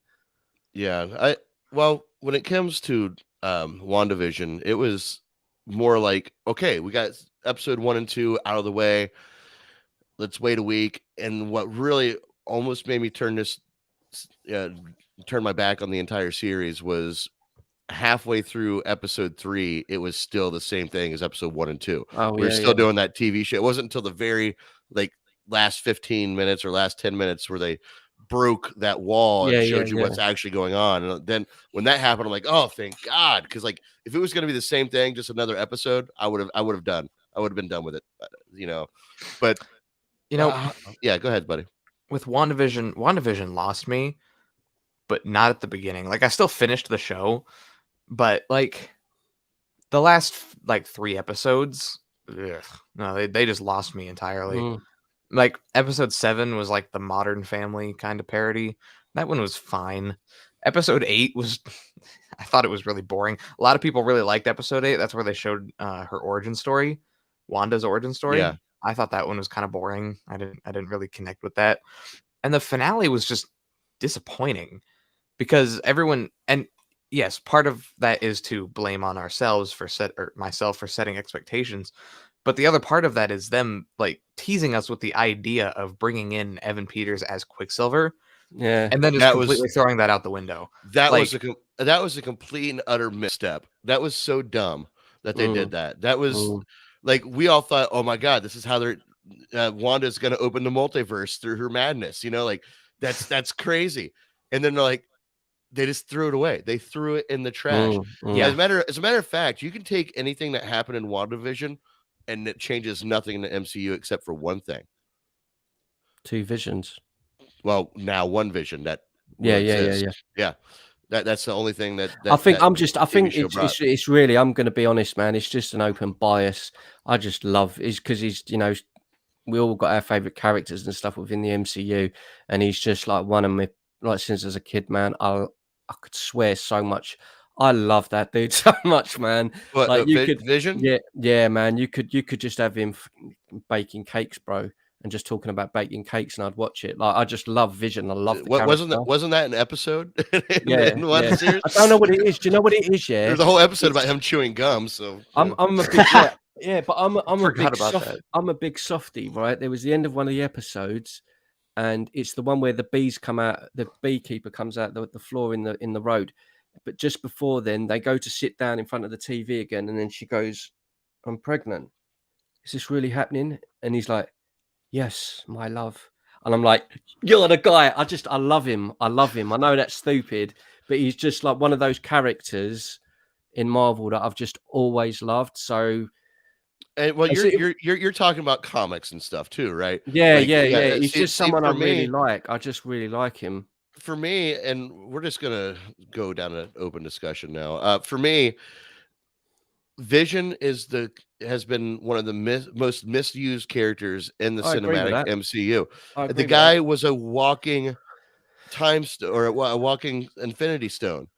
He was a walking Infinity And Stone, do you know where and he got. Hold on, let me finish it. And then oh, he got sorry, sorry. wiped out in Infinity War by Yeah, Thanos goons. Like, are you yeah. kidding me? The guy I know, is no, I he's a, know. He's a so beast, and yeah, I know, I yeah, totally agree with that. But like, this probably goes back to as well when I said earlier on, maybe it's the reason I might love Age of Ultron so much without even realizing why I like it so much, because it's really the birth of Vision, where he comes out the thing, 4 hits down, smashes the thing, and he comes out the glass, and then he's on the side of all the smoke, and then he yeah, goes to the window and he freezes, and then 4 runs out and he's like, wait, and I'm like, yo, it's Vision, it's like, so I think that's probably there's a bit of that for me in it's a bias. And really, I should be saying the same about the Loki show, because Loki's like the other character. I remember when we was watching it, and I was going, I love Loki, but I didn't get enough satisfaction out of the series. I don't think so. I'll have to go back. I will. I'm going to watch it again this week. I'll watch the whole lot, and then hopefully I'll be sitting here next week saying, yeah, you guys are right, and it was that great. But I just initially didn't like, maybe what Seth said, the expectations with Marvel and stuff. You watch something, you expect so much, like, because they've set the bar with their content. They've set it so high that when something doesn't reach that mark, you're kind of like, oh. So, and I think that's what I mean. It's very, very hard to hit that, I think, because they yeah. have set it so hard. Look at when we got Infinity War and all that. We're lucky to have got all of that, aren't we? So it's going to be difficult to hit that bar again, I think. Yeah, very difficult. You know, it's weird. I think I know where my biggest disappointment came from with WandaVision. It wasn't the Quicksilver thing. That was a big one, but that wasn't my biggest disappointment. My biggest disappointment is that they were hyping up for years, even maybe a year and a half. Yes, WandaVision and Doctor Strange 2 tied directly in together. And I was waiting to see how WandaVision sets up.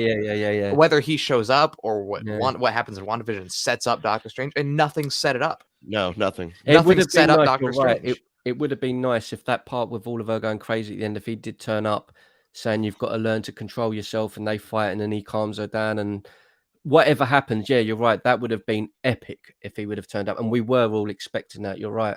Oh, do you want to know something? Benedict Cumberbatch filmed a cameo for WandaVision. They cut it. They said after the premiere, after the show ended, they said that he filmed something for it, but they decided to cut it out. Oh, okay. That would have been that would have made it very, very epic, just because, yeah, you're right. It would have set the way it would have set things up. Yeah, you're right. Yeah. WandaVision didn't set up anything. I mean, she didn't open the multiverse. That happened in Loki. All it did was showed just how powerful she is and can be.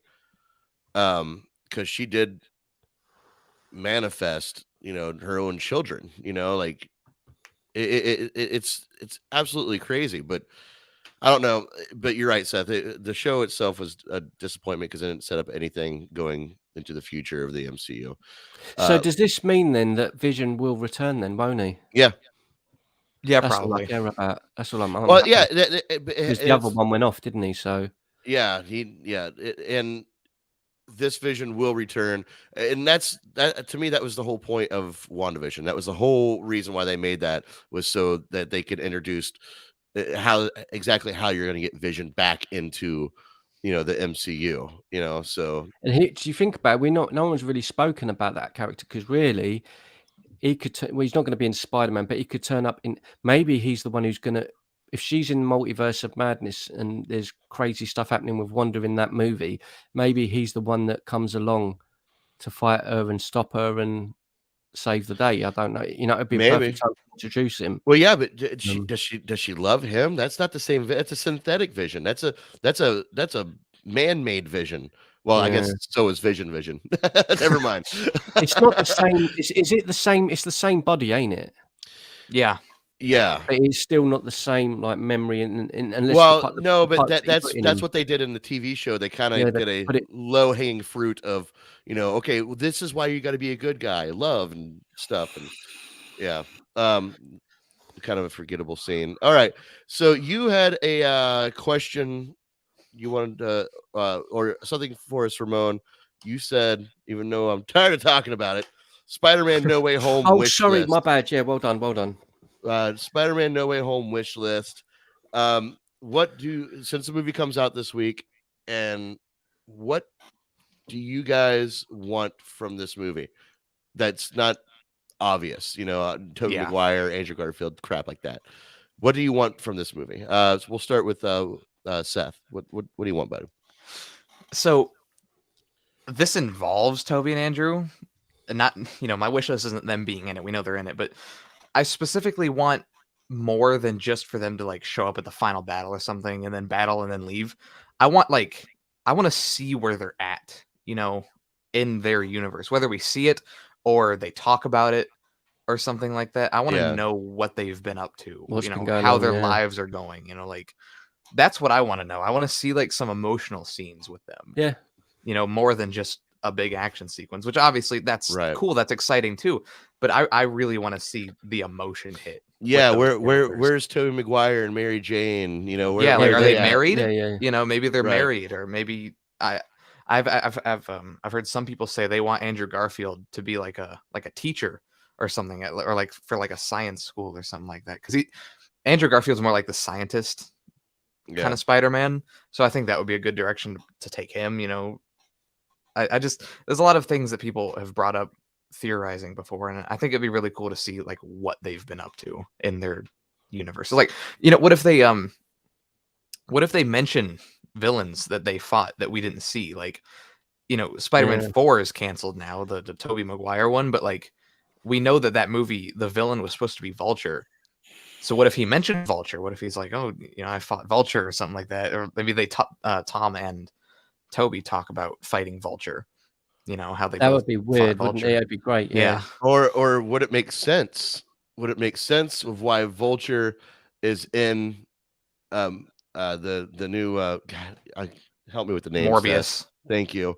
The new Morbius movie, and they showed Tobey Maguire's Spider-Man. That's what I'm saying. That's what I'm saying. Maybe that's not the Vulture that we think it is. Yeah, who knows what they're doing, but anyway, that's beyond that's my list for this movie. All right, Ramon. There's two things. One of them I know we'll never ever get. One thing I want to see more than anything, and I've mentioned on the show before, I would love to see Tobey Maguire somehow or another to have some sort. I don't know how they would fit it in, but like a joke where they do the dance, the meme joke with him doing the dance, the flicking in the street. Like, I'd like it to be, I would like it to be brought up somewhere, like either someone like a phone thing on their YouTube and for him to get embarrassed, or just something in it to acknowledge it, to make fun of it, because that's like an iconic thing that everyone still shares now. It's like we walk in on like him telling Tom Holland the story. Yeah, then I danced in the street. And I was doing all this. Yeah. Just but I would love them to make fun of that somehow, just because it's a nod to the fans as well. I think that would be iconic. Absolutely. And this could happen. It could not happen. I would love to have whatever's with the multiverse timelines closing or whatever happens. I'd love one of them to have to go up and sacrifice himself to save everyone else, what either Garfield or Maguire, to die in an explosion, to close down some sort of whatever it is that's going on, just because I want something at the end of it where everyone is just like, did that just happen? Like, what? Like, I want a sad moment of tragedy that makes these movies iconic, like Infinity War, like Endgame, that leave you with the thing that everyone's going to be talking about for ages until the next film comes out. So whether we get that or not, I don't know, but I think that's what I would like. I'd rather than it just to be got the bad guy's ended, everyone's happy. Let's all go back to school. The end. I don't want that. I want it to end on a like the end of Endgame where Cap says, "I think they won," and then it just ends, and you're like, "Oh my god!" Like, so everyone is begging for more. That I want that feeling. So Okay, that's I'm gonna piggyback off you because that's kind of that's what I was wanting. I don't want this to be a finite story, which we know it's not going to be, but I don't want. yeah. I want this to be a part 1 or like part 2 to be concluded set up- in Yeah, the Multiverse of Madness. I don't want Andrew and and Toby. Toby to disappear. I think they should be in the next couple of movies as a result of what's happening here. Also, in retrospect, I would love to see them go back to their own universes eventually, and then we can continue getting movies from their world. That's one little wish list. My other little wish list is I see it already. I was gonna bring that up. they have to do this. That's what I mean. It's the silly things. That's what I mean. I want someone to. You taking this one? No, you take this one. No, you take this one. No, right? Just yeah, something stupid. Yeah, just to make fun of it. That's... No, you get Green Goblin. No, you get Green Goblin. Yeah. I want something like that because that would make me laugh hard. Right. Yeah, but if they don't do this, this will be like just as missed of an opportunity as Benedict Cumberbatch and Robert Downey Jr. not saying no shit Sherlock to each other. It would be so. That's what I mean. I think they've got to embrace that sort of things because it makes that again. Really, it's free promo because it's not really a leak per se. It's just a joke from the film. But that's the one thing that would be on social media, shared by millions, and everyone will be like, "What's the joke about? What's that about?" And then everyone will be like more intrigued to see it. It's free promo for doing a little silly joke. But hopefully, I think we will get something silly like that. I think we will. I think we will. Of course. I mean, of course. We'll definitely get something along those lines. It's Disney. It's what they do. All right, gentlemen. I think we've talked enough. Is there anything else you want to talk about before we conclude this episode? I'm good. Nope. Yeah, I'm good. All right, cool. Well, anybody who's watching, please check us out next week. Same time, same channels. We are also on Twitch, and we go live on Facebook as well as YouTube. But I'd like to thank mostly, or just as much, my boys in the studio, in our own studios, Mr. Seth Draven, the man behind the curtain. Thank you for being here, buddy. Well, I'm glad to be here. Ramon from Hit or Miss TV. Always a pleasure, my friend. Don't forget, is it next week? Is next week? Did we talk about our Christmas episode being next week, Ramon? No. Next Sunday. Right, next Sunday. Not the Sunday. Yeah, next Sunday. Next Sunday, we're gonna do a Christmas episode. I'm not sure what that will entail yet, but we'll figure it out. We'll do something fun and festive for you. All right. With that being said, I appreciate you all. Stay trigger happy, my friends. Bye. Peace. Oh, I wasn't prepared. Peace. Peace.